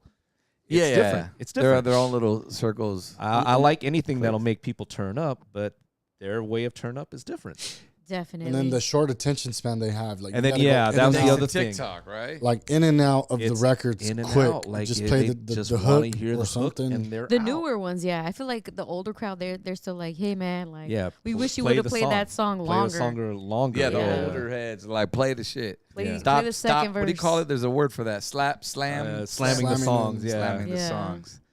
It's a because in this newer generation, like they just want to hear things quick, and so like they can us only hear it DJs quick, yeah. have kind of transitioned to mixing real fast for the younger audience, but then all of us still appreciate music and want to hear the song longer. Yeah. And I also Julio G pulled me aside and he was like, "Hey man, don't slam the songs, man. Don't slam the songs." When I first started in radio, I would do like one verse and out.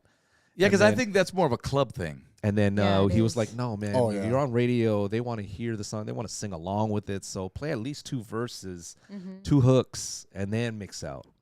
You know, one song that I used to hate when they would cut it, was Latin Active. Because I'm on the 3rd verse.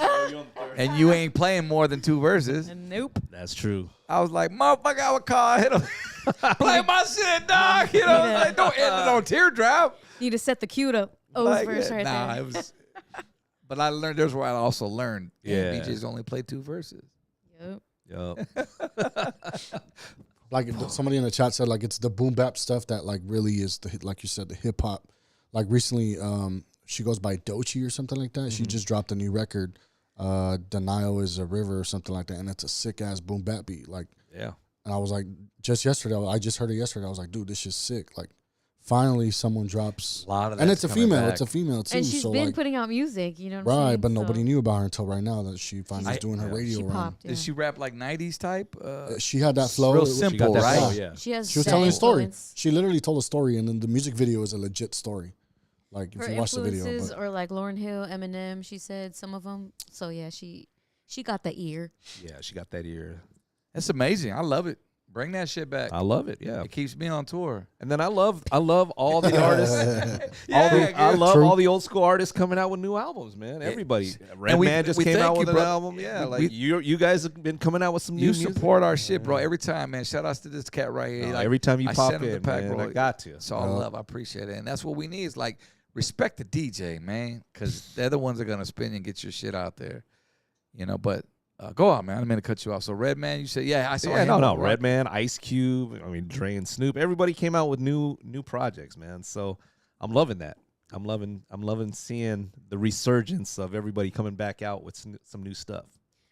Real quick in the chat, Raul Hernandez, he said Kendrick sampled Debbie Deb, which is true. Yes. Speaking of freestyle, like that was one recently where I was like, what?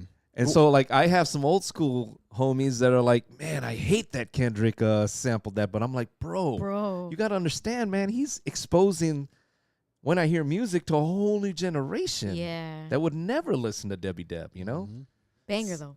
So I'm like, yo, like, now that's recognizable to them. And they hear that in the club. They hear the original in the club. And they're like, oh, that's where Kendrick got it from. They're gonna get into it a little Yeah. bit more. Yeah. I think that he's definitely, like you said, man, he's promoting, exposing, showing light, love. Yeah, shining that light. Yeah. But that the Lefty Gunplay, you know, that's going viral big time. You know, that has everyone, you know, talking about that. Him being Chicano on the record, and Peso, who's also got a whole verse on that as well. But anyway, 2 Latino Mexicans, that's big. That's big. He didn't have That's to do that huge. shit. And that's dope. That's what a lot of cats were saying about back in the day. Like, how come Dre, you know, he got Eminem, he had NWA, when you gonna put a Mexican on? I know I was saying that shit. Well, we were already on, but there was a lot of cats in my circles in the 90s. Like, all right, what's Dre gonna put a Latino on? That's true. Because who buys the hip hop? A lot of Mexicans Right, buy hip hop. Mexicans, Who's yeah. in On the the West Coast. Who's in the crowd? Mexicans. Mexicans. Who's? So anyway, I'm just saying. That's true. I know. Yeah, Dre never put out a Mexican artist, huh? But he had all the Mexican influence too, like the Lowriders and just that Yeah. West Coast Yeah, stilo. all He came from all that, man. Yeah. LA. Who knows? It could have been a political thing. You know, prison politics. Yeah, more than You know, I gotta put one of yours on. Y'all gonna come tax me. It could be that. I did hear that, but that's neither here nor there. This is the Blackout Podcast. We only promote entertainment and DJs like Icy Ice. But hey, Kendrick is doing it now, so Yeah. that's big ups to Kendrick. We got Bloods and Cribs on the same stage I mean, at the pop Dude, out. that stream was sick. That's crazy, right? And that's dope. He's winning. And shout out, man, everybody hating on Kendrick's album. I thought it was a dope album. Oh, it's dog. dope. It's a good album. Kendrick could do he even anything. He's did, versatile, man. He even did sampled Computer Love, I think, with Yeah, he Dodger did. Blue. Yep. Dodger Blue is the sample of Computer Love. That Yeah. song's a banger right there. Little baby making, but He's Luther holding it on his Vandross and SWV, like he got all their samples, man. He's putting light on like all these old school slow jams, Yep. man. Slow jams, man. Nobody talks about slow jams anymore. I Bring can't him wait. Do you think we'll ever get a 90s R&B wave back again? yeah. I hope so, man. You know, I I hope think so. that's That- what we're that missing. vibe, that Because when I play on feel, TikTok, I'll be playing that. I don't know if you play. I play the slow R&B at night. Fuck, that's all they want to hear, man. The R. Kelly's, the R. Kelly's. I will say that. Come for me. I just started playing it again. It is what it is. Like, Yeah. you ain't got to like him, but his music, a lot of you guys got fucking kids from him. Not from him, but you know what I'm saying? Because of him. Because of Don't him. clip that. Baby making music. Jodeci's, you know what I'm saying? The Yeah. Joes, all that, like Maxwell's, you know, it's just good R&B. And explains why they're still on tour. They're still touring. We're still yeah. touring, man. all those old R&B groups, from the '90s, man. Everybody's still working, man. So it's a beautiful thing. yeah. So Ice, these days, man, we can catch you on Twitch doing your thing. You're on TikTok now. You said you've been on TikTok for how long? About a year. About a Yeah, year. About a year. What's the main difference, would you say, between TikTok and Twitch? TikTok is just a wide audience, so I feel like that's kind of like what radio was back in the day. Like you just get people tuning in, tuning out, and they like a song, cool. They don't like a song, they're out. You hit it on the button. It's like a radio station. It's a radio You ain't station. playing my jam, I'm going to the next one, right? And then Twitch is like a specialized club. Like, you go into a hip hop club, you go into a house club, you go into a pop club or whatever. Like everybody's got their own vibe and their style. And I think they're more music fans on Twitch because they'll just ride with you on whatever you're playing. Versus TikTok, they're in and out. They'll flip to the next person, or it's quick attention span. Twitch, they show up and they stay. They show up they, to they, stay. They show up to stay, and Yeah. they ride with you. That's what's up. Yeah. Now, let's break down the, not analytics, but like, because I'm still trying to understand Twitch. I don't. Like TikTok, I get it now because I've been doing it more. I was on Twitch for a while. So like with TikTok, it's like they can shoot you gifts. They can subscribe to your channel. Right. Twitch is like, what is it called? Biddies or bits? Same thing, yeah. So same thing. So like your I didn't vision, say titties, motherfucker. I said biddies. your lightning bolts, and whatever those are all like biddies. That's your bits. So in reference to TikTok, that would be the gift. Those are your gifts. Yeah, the bits. I got you. Or you could do gifted subs, and so subscriptions to your channel. Like people can buy subscriptions for other people, and so when they're gifting a sub, that's them gifting a sub. Someone's gifting Crystal Showing a love. sub to your channel, right? So that's their way of showing love.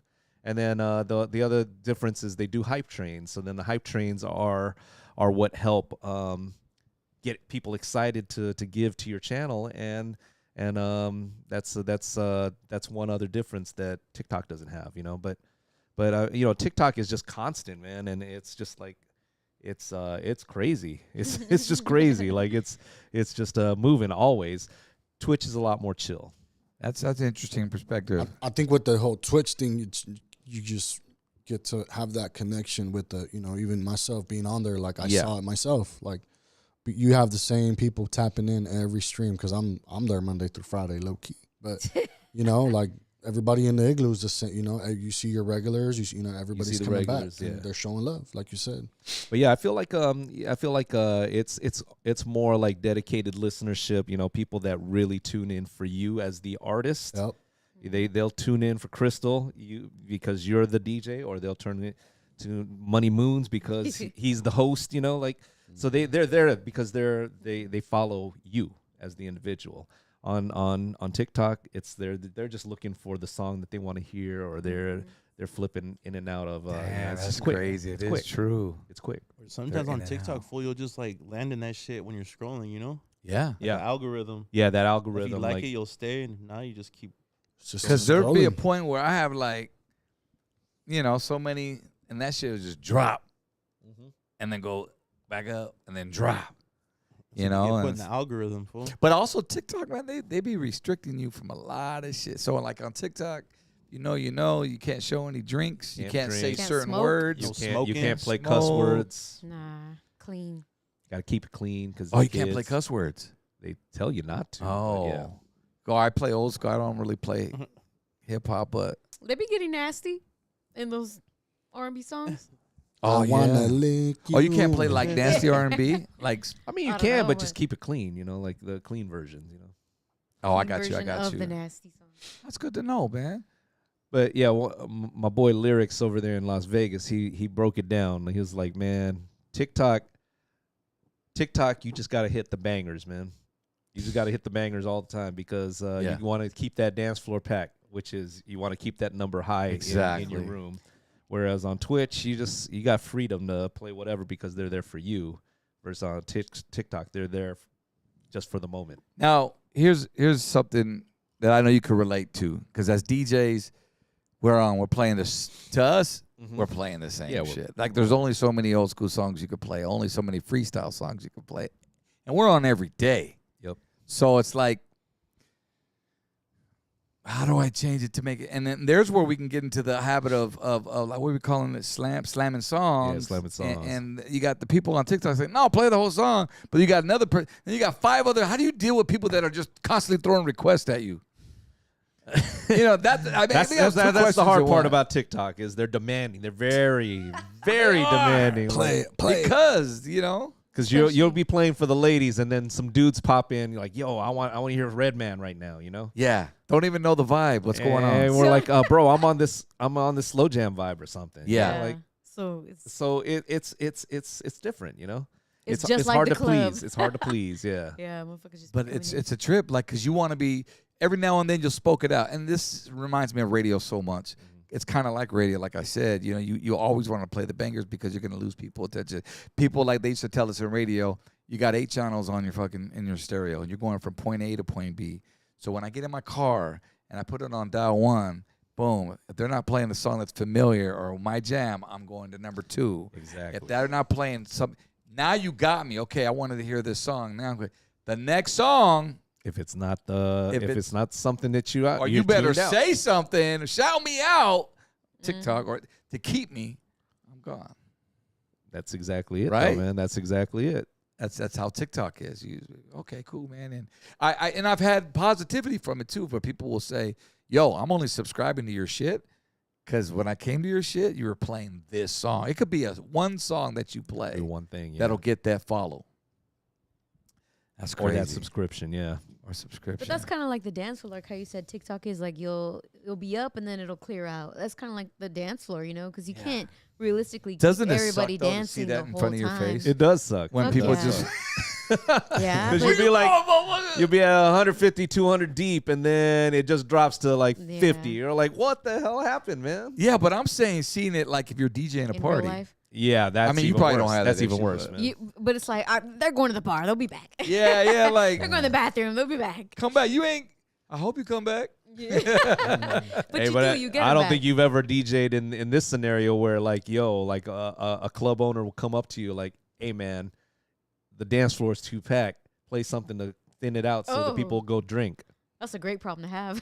I know where you're coming from. But But I've that's had true. that. I've had a lot of that at clubs and bars and dive bars. Like Where you're those killing it. managers, you're killing the dance floor. Yeah. Everyone's packed, and he's like, nobody's drinking at the bar. I need you to, play Yep. something to thin it out and get them back to the bar. Kind of like the end of the night song, like to get them. Yeah. Like now we want to get them out the club. Same type shit, right? Get them to Exactly. close out the It's tab. like a restroom break. All right, play this song while they go get drinks. I'm and like, then damn, come back. motherfucker, isn't your the Run a fact that mix. your AC's not on getting them to drink? Because they leave that AC off on purpose. They leave that AC off on purpose. Why? Because you're hot. You want to go get a drink. Exactly. It's the Cold old beer. club trick. Man. Anyway. But that's part of the delicate balance too, like having the dance floor That's the popping, balance. but having people at the bar drinking. You know? Yep. Patrons, where you at? So I was watching an interview recently. You talked about throwing your own events and then booking Tupac. How was that? Like, how did that Well, come we didn't about? book Tupac. Tupac actually came into our club, and it was me and E-Man. Me and E-Man were over there at the Variety Arts Center in downtown L.A., right across the street from the Staples Center. Tupac walks in, hands us his record of I Get Around, a promo copy, Damn. and he's like, yeah, this is my new single. You know, I'm Tupac. He introduced himself, and then he's just like, you know, like, I'd appreciate if you rock my shit in your club, you know? Damn, just like that. Just like that. You dropped it. Boom. Not even Real came in overly- real humble. Came in. Wow. This Did is you play before it? Death Row. Yeah, yeah. Well, we definitely gave it that spin, and it was dope. I Get Around. Was that on Death Row? No, Nah, that was TNT Records, man. Back in the day, man. That was way before Death Row. What album was that? I Get Around. Now. with Money B with the Digital Yeah. Underground. Oh, that was digital. Money B. I get around. Oh, that was like Round his and breakthrough round. song. No, That was Get before Me Around. Against the World. I think it was Tupac. Was it Tupac? Yeah, He had the E-Man- third verse E-Man on will, that. will tell you the same What's up, story. man? How Like, you yeah. doing? Apocalypse, huh? Yeah, because he. Yeah. Did it trip you out to see? Really? Yeah. I Get Around. Oh wow. Yeah. Get around. I know. Uh huh.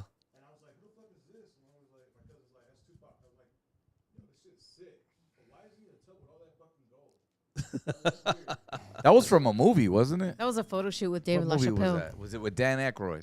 What? The photo shoot? I Get Around. Something But Trouble. There you go. With Dan Aykroyd. I think Dan Aykroyd. No, they were just showing. Oh, same song. I'm thinking same Yeah, song. same song. That was My same bad. song. Not that far back. Fuck. I'm tripping. Sorry, guys. It was an accident. Did it trip you out though, Icy Ice, to have that interaction with him initially and then see the other side of his character like later on? I'm sure. We didn't know who Tupac was back then. You know, Oh, like didn't he even was a register. brand new artist, but wow. he came in and promoted it to himself, to us personally, because he was hustling like that.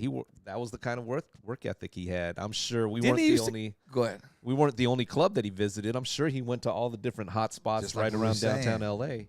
That's what you Hollywood. had to He do got back around. in the day, man. Yeah. Yeah. Your own promo. You had to go straight to the DJ. And he probably went to, like you said, like Straight to to the four DJ, yeah. clubs that night. Where are the hottest clubs? Let's go. You get those fresh test presses, man. You're out there handing them to the DJs, man. What's a trip is, the story is told that he used to carry crates for, I forgot what DJ, but Pac used to carry crates. He was a roadie. He used to just Digital Underground. for Digital Underground. That's what it was, right? For Yeah. Digital. For Digital Underground. Dang, that's what's up. For what was their Go on the DJ road. Fusion? Fuse, yeah. Fuse? DJ Fusion, yeah. Fusion. Damn. Damn, Put bro. in he put DJ in the, Fuse, yeah. the legwork on that. Hey, man, when you were coming up as a artist, you just do anything and everything to make it, you know? What would be the equivalent for an artist to do that present day? Because I mean, Good I think question. all of us have had people come up to us like, "Yo, can you play my track?" Like their own track, like at the club, at the function, whatever it is. I get it And all it's the like, time. I can't just download your shit off of like BPM Supreme I've or been handed thumb drives, and they'll be like, yo, man, hey, man, play my shit. yeah. Okay, so that's a more prepared one because I've had people just like, "Hey, can you find my shit and play it?" I'm like, what I've the had fuck? that No. too. I've had that too. I'm on The fuck? YouTube or I'm Yeah, I'm like- on Spotify. You pull it up here. I'm like, I can't just Yeah. find your song and play it right here. What, on they the ain't got spot. Wi-Fi up in here? I'm saying, or they see Serato and they just think like you have every song ever made, and they're like, you Exactly. can just find it, right? And I'm like, what the fuck? No, I don't even got Wi-Fi. I can't even download that shit if Exactly. it was up. But But now they invented Hotspot, so you could download it on the Yep. spot. that's like if you're actually trying to make it happen. There's some people that just like, I don't Like, know, I don't kind of knock arrogant. them for, like, going up to you because you got to give them credit for going up. That just says a lot. Like, there's a lot of dope shit that's out there but people just don't have that character to go up. They're afraid. Like, nah, man, you got to go to the DJ, do that. But then there's also, like, rules or, There's not rules, like you but- got to come correct, like Yeah. with Gotta come with correct. the thumb drive, with Yeah. something, with your hotspot. Offer the DJ your hotspot. Shit, I don't know, something. Or though. I mean, I get it a lot at a punch bowl. Like, dude, hey, can I airdrop you my song now? Obviously with the technology, but Yeah. back when I started too, like a cut. There was a like, cat named I can't remember his name. I used to call him MGZ. Little African dude, man. He was literally from Africa. He would work he was just trying to work his artists, and he would come to 99.1 and thank you for that. I forgot his fucking name. It's been years. Remember MZ. MZ, bro? You remember MZ? You probably met MZ. Yeah, I'm sure in the MZ came network. through. Yeah. Short little dude, and he worked for Akon. He was working Akon's record, but this was before Akon, right? And he had his own artist he was trying to promote. Anyway, long story short, he would bring his vinyl, come to the mix show, because I would told him, bro, you can't come during the day because, there's people, program directors here, just corporates here. Can't just show up like that. But I was cool with him because of the club scene. So I was like, yo, you just show up at the back door and, we'll get to you. And I remember I was on air, and he would show up at the beginning of my shift. I had a 4-hour shift. My man would sit out there with his vinyl in front of the door for 4 hours, whatever, until I came out and got him. But he was dedicated. That's how much he wanted to show, hear his artist. And I just feel like you don't get that nowadays. I don't think you because you don't have to. You don't have to. It's online. different. It's different, yeah. Everything's digital nowadays, man. So yeah, but that same hustle though, that same hustle and dedication. So going back to what you said, right? It's like how do you do that nowadays? How do you, like break the ice? Excuse my pun. I like that. But like realistically, like if a present day Tupac had like a crazy good track, and they're like, yo, can I get this into your hands and onto your playlist? Like, how would they do that realistically? Because me, I'm just like, bro, like you have to have it on a thumb drive first off. Yeah. You got to offer the DJ a tip, right? Like second off, something like shit. $100 minimum. There's payola? part of the budget, right? I'm trying to think like as a program mean- music director, like when I was, and when the MP3 era started flooding my emails, and I'm like, I don't know, I was a bit biased because I'm from that old school. It's like, no, I'm at least show up at the door and attempt to come to the radio station and bring in your CD or bring it somewhere. Just don't be like, yo, man, I'm trying to get a meeting. It was just, I was new to it because I'm from the old school, so it's like when I would get those emails, just like. But I will say this though, like part of the newer generation is when people do come.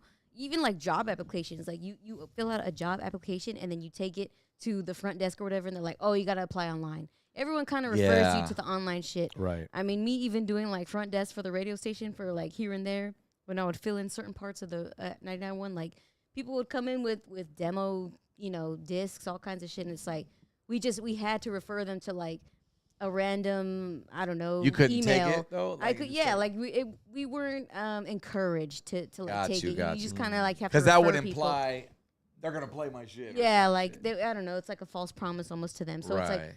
I get that like coming physically with your shit on deck ready to go is one thing or one way to go about it in the past, but I know recently like a lot of people that do come in with the physical to at least like the radio station, they're like, sorry guy, like you gotta take that shit. Email it to the head honcho, whoever the fuck he is, like they'll kind of turn you away. So maybe. And there's where you got to go to the clubs. Yeah, Go to the club. Again, Find the DJ when he's at the you club. pop up at their club where they're working, and you hand them that music, and work it that way. And I just feel like a lot of these cats don't know. There's no manual to it. Right. So we know what they have to do, but a lot of these kids don't, and that's why there's courses for that shit. Beat junkies, academies, and then there's YouTube, so there's no middleman. They're just like, I'm gonna upload this shit straight up and become a Justin Bieber and get discovered. There's all kinds of things now that kind of get in the way of that like direct hustle mentality. But then again, you still got to have a portion of it, right, to break through. I'm guessing. Yeah, how about those artists that just become like overnight sensations and have no interview skills at all?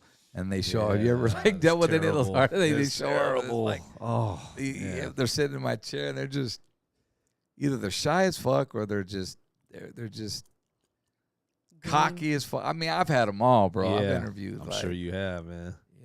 One cat's where the Ying Yang Twins. I always say to this day, man, the worst interview ever. Worst. Hey, man, so you guys got this. That's all I can fucking say. And another DJ somewhere else told me the same thing, man, at their radio station. Wow. That's all they. And then the other guy. Yeah, the other guy. And that was that's because Little John made them stars, man. That's it, man. That was it. I should have said Little John's production, man. Shit. So, It's still touring. have you ever been part of a? Oh, I know you're part. Never mind that. Let me just back up. You're part of Beat Junkies. Because you know there's scam artists too. Shout outs to Sujit. Yeah, There's shout a out lot to of these Sujit, different. yeah. Does Beat Junkies get booked? Like, do y'all get booked like for, you know, or you just throw your own events? No, yeah, we got booked. I played in Vegas a lot earlier in the 2000s and all of that, but Yeah. now it's like agency based, man. Everything is agency based. So if you're not part of a certain agency or a certain group, then Talk to Sujit. but yeah, it's a whole different ball game now.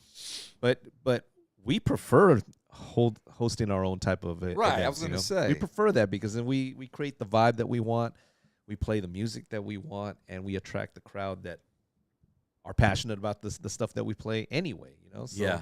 So we prefer that. You know, I remember seeing, like, I talked about Red Cup earlier in L.A., and then like Red Matic, he would pop through. You know, Sunil. That's when Sunil would invite us to go out. And I remember one time they brought out DJ Premier and shit, and it was such a vibe, man. Yeah. Just to see those guys in their elements and doing their thing. And I saw at a couple parties. You actually, you got to DJ at Prince's club, right?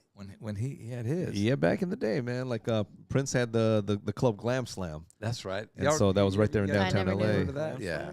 Yeah, I that was in wasn't the even born. 90s, man. I It wasn't was even over born in yet. L.A., downtown L.A., right? And that was my first time being in Prince's presence. And I tried to walk up to him and introduce myself. And, hey, Prince, I was your DJ. Oh, man, security just, like, blocks you out, man. They don't want nobody near Prince. They won't let you even talk to him, man. And so, yeah, it's crazy. It's like, but yeah, he was there on one of the nights. On one of the nights I was DJing, and the funny thing was we had Dougie Fresh performing, and then we even had Bobby Brown right there with him. Wow. I walked up to Bobby Brown like, "Hey man, big fan, blah blah blah. Can you sign my new edition record?" He took a pen and scribbled his face. Wow. Scribbled his fucking face. What do you Ruined mean my scribbled? record. Like made a face of his? No, he just Wrote over the face. he was because it he was was new laughing. edition. He was laughing, and he just scribbled his face, X'd it out. Oh my God. What a menace. My record. On a sick one. So yeah, he must have been high on drugs. And then the or back something, dropped but- off, like on stage. You see that clip? Anyway. But he happened to be there with Dougie Fresh when Fresh performed, and yeah, I went up and I probably caught him on a bad day, and he just scribbled his face on my record, X'd it out. But I mean, He if didn't you get were his there fix. in front of Prince, you know he was listening. But You Prince know was that there. Yeah, ear Prince was there, and yeah. then I tried to go and get Prince, and then I got blocked, and that was it, man. I know you played. Did you play one of his songs? I know you had to play. Oh yeah, I I mean know you I played. played Prince songs too, man, but that didn't matter. What in front of him? It didn't work. It didn't matter. It didn't matter. He didn't care. No, they didn't. They don't care He's like, play 10 more of my Nobody- shit, motherfucker. This is my club. unless it was Prince pointing out a certain person that can hang with them. You know why? I'll tell you Nobody why. can be he with didn't near see him. you because you didn't purify yourself in Lake Minnetonka. Pretty much, man. you know, youngsters go see that shit. My favorite seat of Purple Rain I used to pause on. Yeah, I bet. Apollonia. This small flipper. Wait. That's not Lake Minnetonka. No, but the way that Prince like played so many instruments and had an ear like Yeah, Prince was- I don't know, like a concerto ear. You know that he heard A you what? though, right? A concerto ear. Google I'm that sure. money. What is that? Concerto. Sounds like concert, but Like I don't know. ChatGPT. What? No, I'm just kidding. I know. Concierto. Concert. Shit. Yeah, I mean, he was so well versed in so many instruments, and that musicality never left his body, right? So I'm sure he had his ear out for you, even if you weren't able to like physically say. You're right. Yeah. You're right. So Yeah, if you recognize fucked up, hey, he heard that too. But I doubt Maybe he you should did. have just like fucking like pitched the speed up. Then maybe he would have came over. Yo, turn my shit down. It's not the speed. On 105 Change the ppm, pitch. not 110. You know what I'm Maybe. saying? Sync. I'm throwing random shit at you now. Okay. Sync DJing versus just the real type shit. I mean, you're for it, you're not, you're against it. That's probably a question I should be asking you, but I mean, It's technology. it's technology, And here's why. and it makes mixing easier. But no, I don't ever use that. Yeah, you But don't there's a have to. lot of DJs that use it. I'm going to sit here and say, well, first off, when I play old school funk, it's hard to. You know why? Yeah, Those are quantize all that. Yeah, Those are live bands Yeah. back then. So the Zaps, no, actually that was, the Zaps, the One Ways, the Barcades, all that shit. You can't use sync. If I would use sync, now I were too, it's only so I can chat with my, right. you know what I'm saying? Versus trying to, but you got an ear such for DJing, you can multitask. Sorry I even asked that question, man. I'm just gonna take another shot. But no, brings- I'm all good with it. No, but it's for other Technology, DJs out there. Technology helps make things easier. Makes it so that you can multitask and all of that. Right. So it's all good though. Right. To each his own. So, how were your thoughts? I mean, this is probably a question that's been asked a lot of times, but when it got converted from vinyl to Serato, that whole phase, Well, were you for it or were you against it? I was for it because I'm always an early adopter. I'm always open to new technology, new Yes. strategies, new anything. I see that. I like to try, and therefore that's how we are on Twitch and TikTok and things like that. But I don't knock it. I don't knock it because some people use it, and that's what it is, man. yeah. But yeah, as far as technology, I'm always open to it. And if it works for me, I'll use it. If it doesn't work for me, then it works for somebody else. And I'm sure you don't miss carrying those crates around either. But yeah, so yeah, that time when everything turned digital, we were traveling the world. The Beat Junkies, we were all traveling the world. So there was a time where we would travel with cases of records. You got only 2 carry-ons. That was your carry-on, and then you just rolled on. I mean, those were the ones that you checked in, and then you rolled. Like no room for canzones roll or your clothes. underwear or nothing. Fuck it, I'll buy that No. shit at Walmart when I land. That was your carry-on. Your carry-on was your clothes and your toiletries and things like that. But your records were what you checked in. But yeah, when you were able to go digital and you just brought a laptop and you just brought a hard drive, then that just made traveling easy. Yeah. But the same thing applied for. It was easy for anybody to DJ as well because anybody could just download a hard drive and boom, you're a DJ. Bro, it's crazy how technology is just advanced, and it's literally saturated. I'm not gonna say killed the game on certain things, but just saturated it. Like you got producers now. When I came back in the DJ world last year, man, we was doing. I was like, all right, I'm back. I got some records under my belt. Let's get this. And then I found out cats were selling beats for like $50. And I'm like, yo, this is no, why? And then they're not even they're elements. They're drag and drop. Then I learned the splices and all that, and people are dragging. They're not really producing. And I'm going, yo, that's almost like syncing and DJing. Yeah, And I'm exactly. like, no, and I don't know, it just kind of crushed me. It's for someone that's been an OG in the game and someone that's been seen the progression. Yeah, It's almost like when I got in radio, and you remember the DJs used to use reel to reel, and they would splice up their calls. Yep. And it run one wrong splice that would fuck up the whole call. When I came into radio, I was introduced to shortcut, and I could see the waves, and you could see the waves. You and can you chopped it up. undo. Yeah. Same So thing. it's different. Yeah, that's why all them DJs used So to I'm look sure at me. like Rick Dees was looking at you like, you mother. Go back to rapping, ODM. Fuck you. You never put me on your show Into the Night. You had Kid Frost, but you'd have me, motherfucker. Damn. He clocked him. Back at you, Rick. Sign of the times, man. It is what it is. It is what it's it here is. now. Yeah. So it's like we were having a conversation, me and one of my buddies who's an engineer, and he produces as well, and everything just is slowing down in that world too because the game, people are just selling people out, meaning they're cutting their prices. Yeah. It's like you can't make a living on this now because everybody's got a Everyone camera, got a phone, everybody's got a everything. microphone, everybody's got access, everybody's doing it. So I don't know. You got to just change up and be different, I guess. Got to change up. Yeah. There's a guy named DJ Overalls on TikTok. And I've seen that guy. Yes, he pops up on your feed. he looks like a cowboy, but Straight pretty up much- cowboy, fucking But he boss plays hog looking hip-hop. dude. But he's playing the hits. He's playing the hits, and he said, I was listening to him one day, and he says, guys, he goes, I got to tell you, he goes, when I first started, I was on TikTok one day, and I love music, and I started just playing, he was plain Jane, like before the overalls, before the cowboy, the whole get up. He was just wearing regular clothes, and he was playing music. And he says, I'd get maybe 14, I'd get maybe 20 people starting out. Mhm. He goes, one day, he goes, I got to try something here and to change it up. He's also, the minute I threw a cowboy hat on and some overalls, suspenders, with my big old pot belly hanging out, they started calling me, Unk, Big Unk, or whatever, or overalls, or whatever. And he goes, it just stuck with it. They wanted to see me in overalls with my cowboy hat. Full on blown, you wouldn't That's even it, know, yeah. bro. And full beard, everything. You look like And now he's getting 400 to 500. exactly. And it's just, You just stand my out. point is you got to stand out. Gotta stand out. somehow.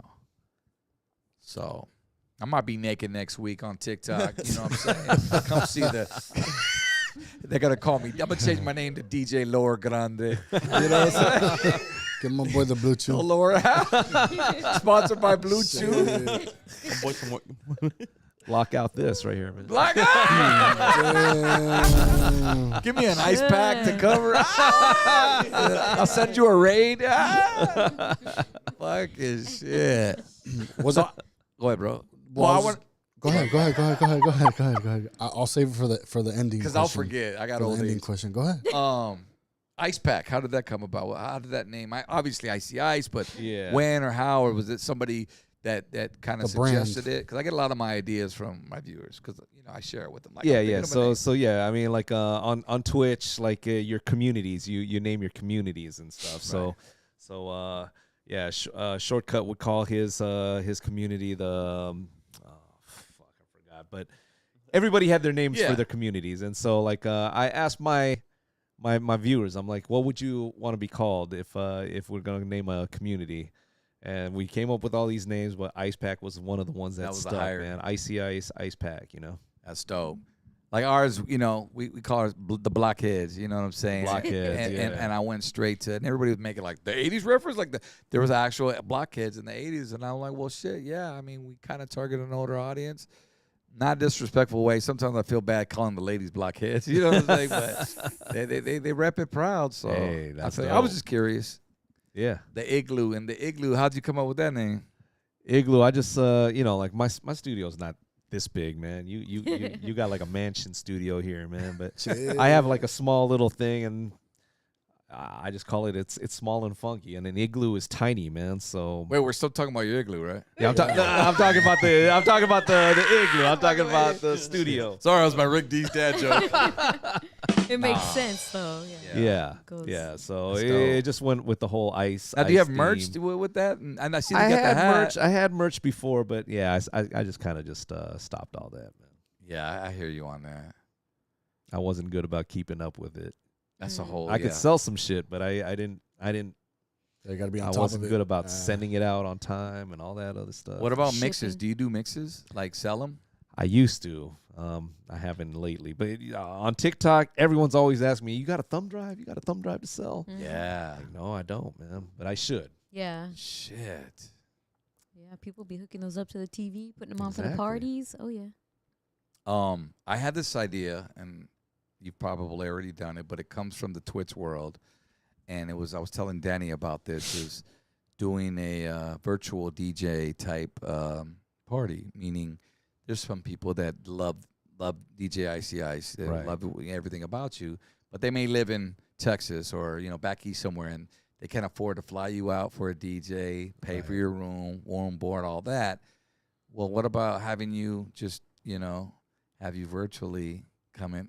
All I got to do on my side is hook you up to an HDMI to my TV and Bluetooth speaker. Now I got you live at my party. The dope thing was we did that all through the pandemic, man. Like, when we were Right. stuck in our houses and we couldn't go out. We were doing house parties, but out of our house and playing for people So in you their were homes. doing, of course. And then I even got hired to do like political campaigns. Like our California State Assembly person, he's a Filipino guy, and I played for his political victory party, Wow. his victory party. Right. But it was all online. It was all on Zoom.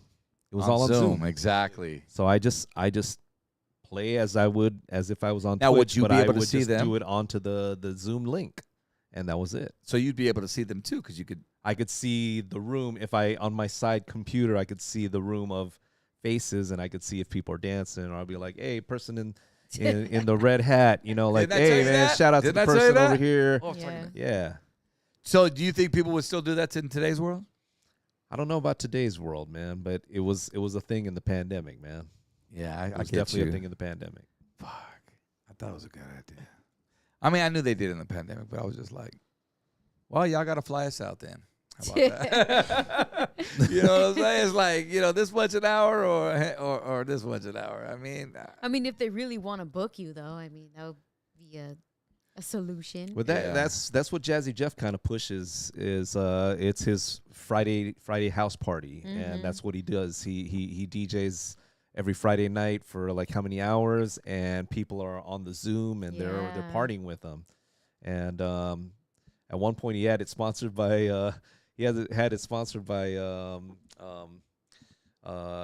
AARP. what's ARP? AARP is that program where whatever you're It's like you're 50 and over, and then you. Well, I'm can glad get I don't know about your, it. Life your insurance? discounts and all of that stuff, Maybe I should know about it. But I mean, even one of his streams was sponsored by Domino's, and he was like, "Yo, you say Jazzy Jeff, and you get like a pizza for such and such percentage off." you know? Right. So right. he was doing that type of stuff in the pandemic, and he was doing house parties. Oh, I of got people you. partying from their house. Yeah, but that was really big. I remember we went to the we were Wingstop. He even did Wingstop. remember the Laker games and all that? I think I sat in where you got to when the Lakers played. Mhm. Obviously, the players would play. That one Yeah. year the Lakers won the championship, and they'd show people on Zoom in the back and the seats Yeah, and that stuff was like it, that. We were yeah. on Zoom, and it was cool. No, I get it, man. My brain's just always going though. No, that's How can I- I like that way of thinking though, man. A little entrepreneurship type deal, monetization. I always try to. And here's a big reason why. And let's be honest. Yeah. TikTok takes 50% of what we. Just so you guys know. Okay? TikTok takes 50. damn. 50%. So we making a $200. Just throwing that out there. We keep 100. But yet you got all these restrictions. And you know what? I say this to say this. Say that to say this is, man. Have you ever thought about doing your own like mobile app? I've thought about that back in the day, man, but man, just the cost and the expense of creating the app and maintaining the app, and Yeah, it's a and lot. if you don't have enough people to download the app, it's a whole thing, man. It's already hard enough to get people on TikTok or Twitch or Yeah. anything like that. So it's like, let those guys cover all the expenses, and we just do what we do, And I thought about that way Yeah. too. So pre-pandemic, like Be Real was doing Be Real TV, all full expense, like renting out a space and everything, office space right there by the Staples Center. He had his studios down there and everything, and we were doing our shows out of there. But it was mainly Be Real was the main thing. But man, he was just paying up the yin yang just to do an online show, just to be in touch with his fans. But at the end of the day, he's on Twitch right now. And YouTube. Yeah. He stopped all that, doing it on his own Be Real He's paying TV his own service or server. and just pushes everybody to Twitch or YouTube. Yeah. So It's not yeah. as easy as people think it's it is. not that easy, no, man. Otherwise, more people would be doing it. Way more people would be doing it, yeah. Damn. You gotta have like Kardashian numbers to have an app. True. But I mean, I've always wished that there was a 24-hour DJ channel like on TV or this and that. But we got it, man. It's Twitch. It's Twitch. And then now on your phones, it's TikTok, So it's the same thing, man. It's there. Well, and that's why It's I go here. back to the monetization aspect of it. I mean, yeah, you're on TikTok and they're taking 50%, but I mean, at the same token, there's somebody wants to sell you on the side, or if somebody wants to buy a T-shirt, or that's why they ask for the USB mixes, then that makes it worth it. Or they makes it want to worth it, book yeah. you for a party. If they want to book you, yeah. That's makes it promotion. worth it, yeah. So it all, comes up to the end. We got the chat mentioning Mixcloud, which I know Mixcloud has like its own capabilities for going live and monetizing your channel or account, right? I tried it. I tried Mixcloud. It sucked. For going live or just like For going live, yeah. okay. Like I'm sorry, Mixcloud. I got my mixes there, man. Yeah. Don't kill my mixes. But Yeah. Mixcloud as a live platform, it was terrible in the pandemic. We tried it. We tried all of those platforms, man, but it was like when you're in Mixcloud, it's like you're just DJing to yourself. Nobody would react. Nobody would say anything. No one. You can't see anything. Even if you ask somebody to say what's up, like nobody would say hi. No reaction. It was just like Oh, you can go live on it was there? like fake Yeah. numbers. Damn. They count a view of like someone just passing through your room, and you got like 20 viewers or 100 viewers, and it's not really 100 people in there, you know. And there's no interaction. Yeah. That's big too. When So you're that online. that was the bad thing, you know. Like Yeah. so Twitch or even TikTok, like the reaction, you ask a question and they're all giving the replies. That's interaction. Right. I didn't have that on that platform. Yeah. Good Yeah, point. you're right. You're absolutely right. I never went live there, but yeah, I think we all have like our mixes probably or a version of it. You got better interaction going on Facebook or YouTube. I mean, well, of course, YouTube or IG, you know? Yeah. How can you read the crowd when it's like there's no pulse there? Yeah. What's your thought on? Do you have a Discord? Do you ever messed around with a Discord before? I started my Discord in the pandemic as well, but I'm not active, man. Yeah, It's a thing. it's a you gotta- lot. It's a lot, man. It's a lot. But people use it. Yeah. People I use started one a couple weeks ago, just when I heard, because of the TikTok ban. Mm-hmm. And a lot of people were like, "Oh, where do we go? Where do we go?" And I was unsure where I was gonna go. I didn't know I was gonna go back to Twitch. I only got like 180 followers there at Blackout, and I was like, then I heard a kick, and then I heard going on there, and then there's the Red Note, and then there's this other one, Neptunes, and I'm like, I don't know, but I got to start over. Yeah. It's always Follow me on starting Discord, over, guys. yeah. That way, it could be a community on there. And for what I understand, you can go live on Discord. They have a video option. They have an audio option. So I'm like, Oh, okay. Well, I got to look into it I've more. never done a Discord live. Yeah. Yeah, I was just curious because I hear a lot of people mention Discord. Yo, follow us on the Discord. B-Roll will say, yo. They Yeah. shut out some of my people on the end of the Discord, and I'm like, what the fuck is a Discord? It's just I got to learn that before I try to lead people there. Remark, Ever, those guys use Discord when they're on Twitch, and they, like instead of taking a shot live on the stream, they're like, "Hey, join us on Discord," and then they're like taking their shot into Discord and With the saying video what's up to on. everybody on the iPad or whatever. Oh man. And that's how they utilize Discord for their streams. But yeah, other people were using Discord for like, like join me here, and then you could get an exclusive remix here, or I'll give you. There's like an incentivized Yeah. jump to Discord. Yeah. Yeah.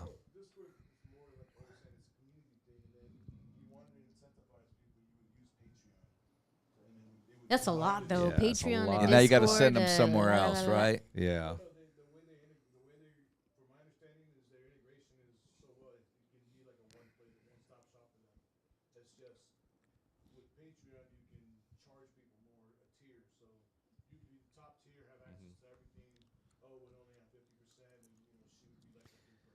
Right. Yeah, well, Patriot obviously has done its thing. It's doing its thing. It's Continues to definitely be doing in its thing, yeah. business. I remember there was a point where I was on YouTube and on my family channel, and I was gonna create the membership there, but YouTube was taking more than Patreon.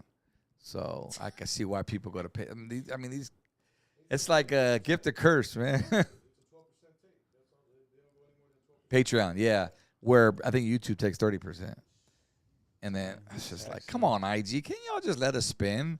Like, that's what I really want to be is IG. That is annoying. It's like, yo, we're It is DJs. annoying, We're yeah. supposed to Yeah, hit But- your records. Like, what the fuck?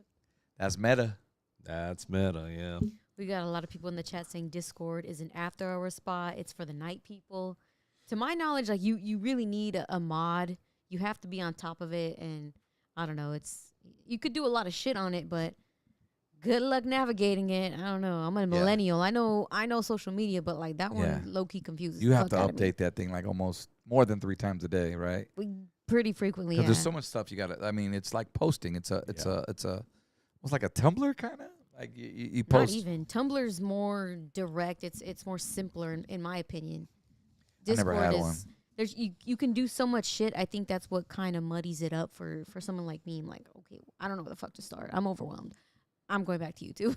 Like, What's the app that they said that's coming back? It's going to be like MySpace.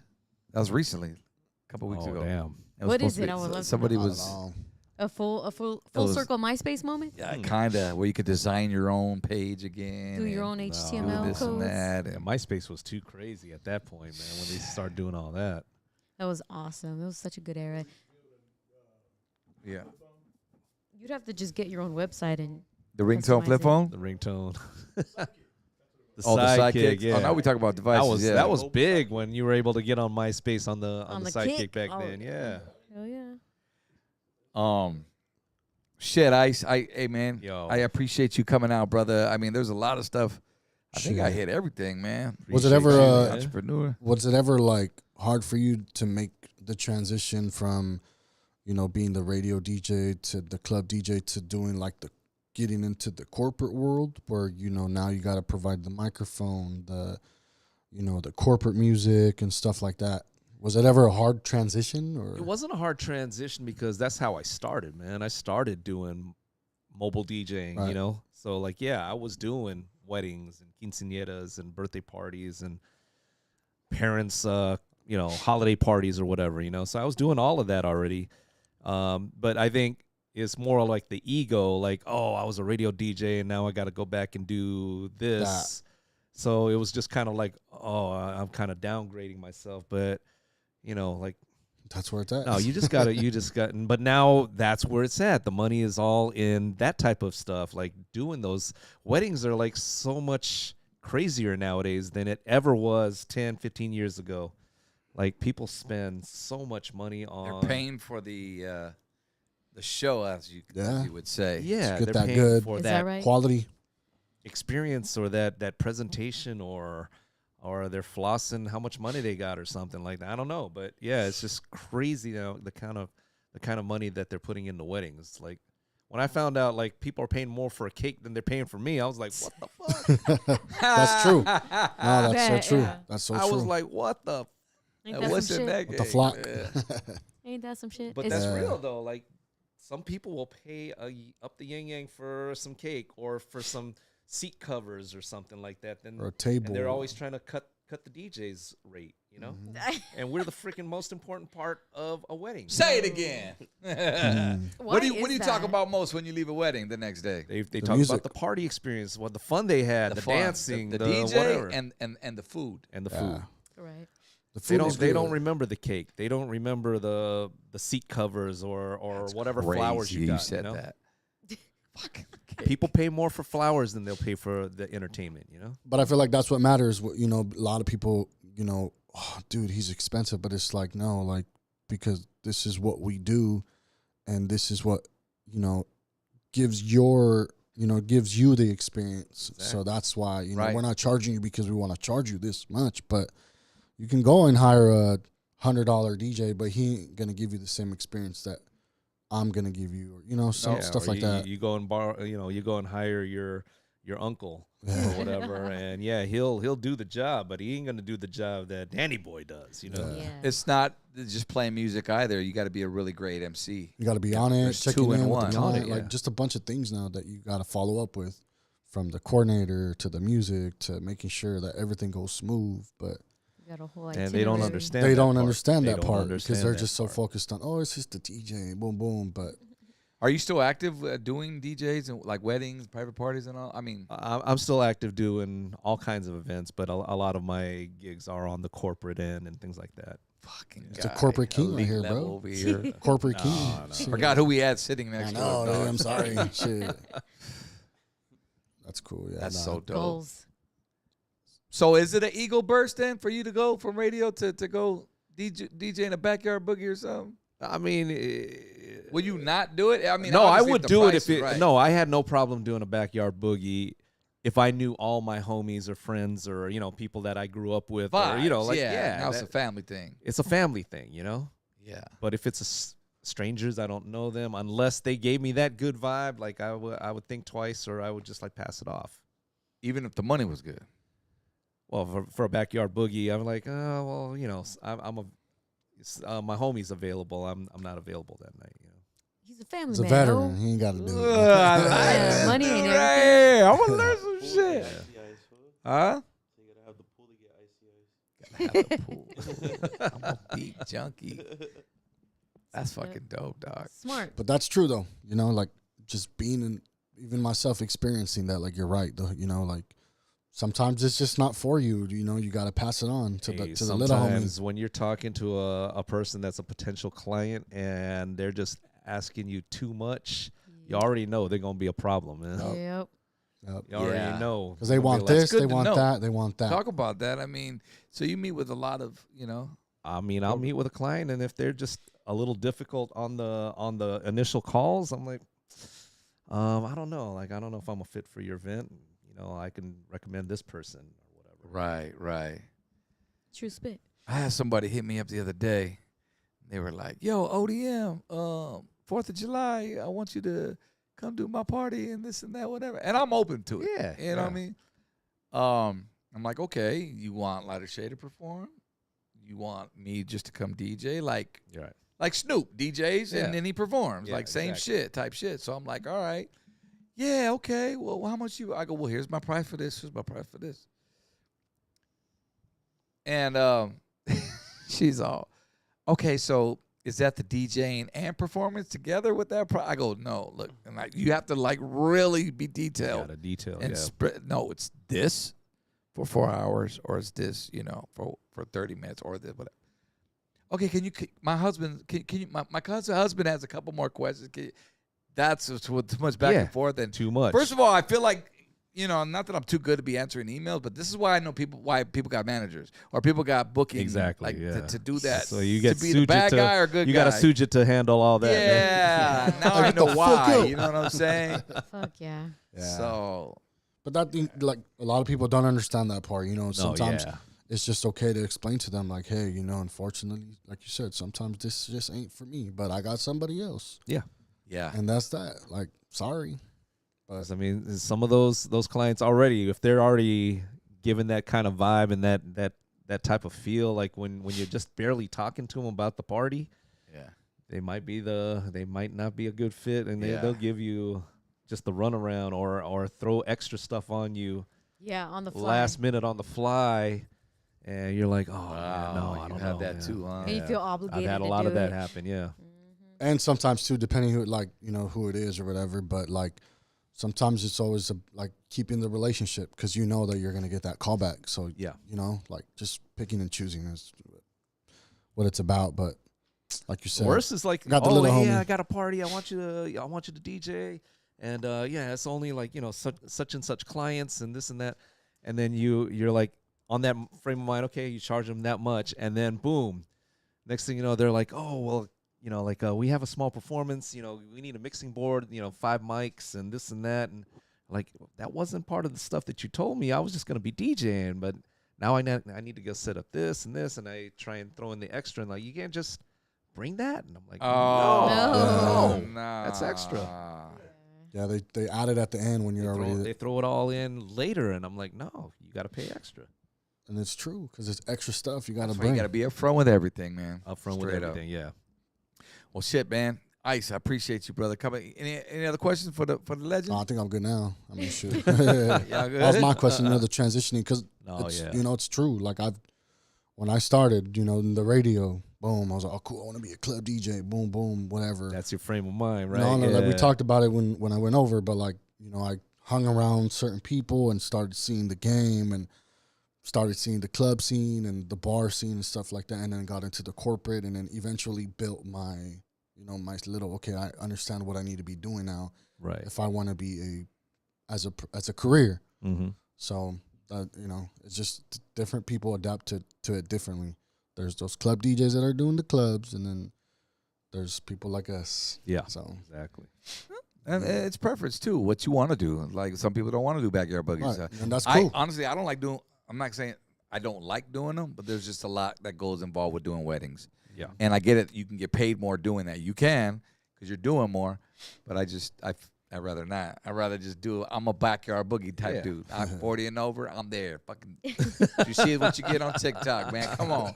Let me play my shit. You Yeah. know what I mean? If you book me for your 1-year-old birthday party, I'm Yeah, playing old it's school. Just fun, know yeah, that. it's You fun. just know what you're booking. You know, I'm not playing, Barney or what is it? Like, Mickey Mouse Clubhouse. Like, Baby Baby Shark. Shark. Yeah. Yeah, I The mean, Bluey. to each his own, man. I mean, some people like that hustle, man. Like they'll DJ the weddings, and then they'll do the uplighting, and then they'll do the photo Yeah. booth, and they'll do the, everything. But then they're running around the whole day, Yep. setting that all up, breaking it all down at the end, and it's Yep. you're just wiped out after emceeing and DJing. That part. And all this. And so it's like, man, pick and choose your battles. Like what is it that you really like to do, man? So if you backyard boogie, man, do the backyard boogies. Yeah. Do Sure. what makes you feel good, and do what makes like what you'll perform at best. Yeah. Yeah. Absolutely. One last question for you from Oh, the yes. chat, and we already addressed this earlier, but they said, "Will Icy Ice be at NAM?" And yes, you will. Correct. Yes, I'll be at NAM. I'll definitely be there. Once again, you want to throw the flyer back up? Yeah, Just I'm for about to those do that that are just right coming now. in. So you said Friday you're doing on Friday. I'll mix and be greet? I'll be at the Beat Junkie booth, 11 a.m. and then I'll be at the Dawes Audio booth on Friday at 12 noon. And then that Friday night, we got the NAM mix and greet. And, of course, shout out to Mark Love, Silos, Revolution, Rhapmatic, Hubert, Arabian Prince. All So- ages. Dang. Victor Moan too. it's That's the is it all whole. the ages, Dave and and it's Buster's- free 99, zero. Oh, Is that's that the fun. Dave and $3.99, Buster's? no cover. Is that the Dave and Buster's where the Angel That's at Dave Stadium's and at? Buster's at the Orange, yeah. Okay. Oh, that's fun. On Friday? That's Let's on go, Friday. fool. Yeah. I mean, I'll be 701? I'll be there. Oh, you going to be there, huh? So we got that, man. And the Saturday, yeah, we'll be over at the Yost Theater. So The NAM Jam. Icy Ice, Michael. Oh, that's Saturday, huh? Yeah. Where's that at we'll again? be at the Yost, but the Yost? upstairs, the Downtown upstairs, Santa Ana. Oh, the here we go. Paradise Room, yeah. Sick. Damn it. I'm gonna take my USB. Oh, just you in don't- Hey, well, case. since we're promoting stuff, we're actually going to be in Santa Ana, right down the street from the Hey. Yost. Get the fuck outta sick. here. Oldies and Chill, February That's right 2nd. up. That's what's up. That's in a couple weekends. Y'all come out and chill with your boys. Next weekend. Santana, represent OC. It's on a Sunday afternoon type Sunday vibe. So afternoon. I think we go on around 6:30 or something like that. Pull Right up, on. Icy. So come on out. I'm gonna be in Come the chill with OC us. too on Friday. I'm Pull gonna up. be doing Ducks Day at Disneyland. So Hit me up. February 2nd? Nice. on Friday, yeah. Or this Friday. You work for Oh the wait, Ducks? this Friday. Yeah, I do. Oh. Yeah. You do? Dude, she Okay. owns the Ducks, bro. Get out of here. My man, Nah, my man but- Phil is Phil Hewlett is the, Oh yeah, the voice of the Ducks. The announcer, yeah, correct. the Yeah, announcer. yeah. That's what's up. Shoot. Yeah, I'm the first female DJ of the Ducks. Woo woo. Oh, Hey, nice. congratulations. I'll be there with them on Friday. We But, still haven't you got know, an invite. For real. Shoot. You have. You got invited Hey. by the head honcho, Bring the tickets. Jojo. Joe You guys got Maestro? invited to Jojo. perform at the pond, and y'all said no, Hey. Say no. but you didn't do it. Get the ice skates. Get the ice skates. I told him backyard boogies only. Backyard boogie. No, hombre. But yeah, so maybe I'll run into you guys somewhere. Yeah, hit me up. I'll be there. Let's go. What else we got? Do we got any other flyers we were talking about? That's about it. for February now. 2nd? That's it, Yeah, third? that's for now. All right. Follow my man, DJ Icy Ice, on all platforms at DJ Icy Ice. Catch him Yeah. daily on Twitch. What do you start, like 10 a.m., 11 a.m.? 11 a.m., yeah. 11 a.m. So tomorrow, tell him you saw on the Blackout podcast. Hey, go over there, check my man out on Twitch. And he's also And on TikTok, as yeah. well. Usually after Twitch, so I'm around 1 p.m. over there. Okay. Okay. Give my man a follow. Yeah. And I think that's it. Other than that, brother, thank you so much for coming through. Yo, thank Blessing you for us. I know having me, it's- bro. It was a long time. Appreciate for, it, brother. We're trying to get you on here, man. Yeah. You know, you kicked some gems for us, so thank you for that. Thank you, bro. Much love. Catch us out at the Blackout Podcast on all social media, man. Be blessed and share this if you guys got something out of this, man. Some gems like we did. Thank you, bro. Peace.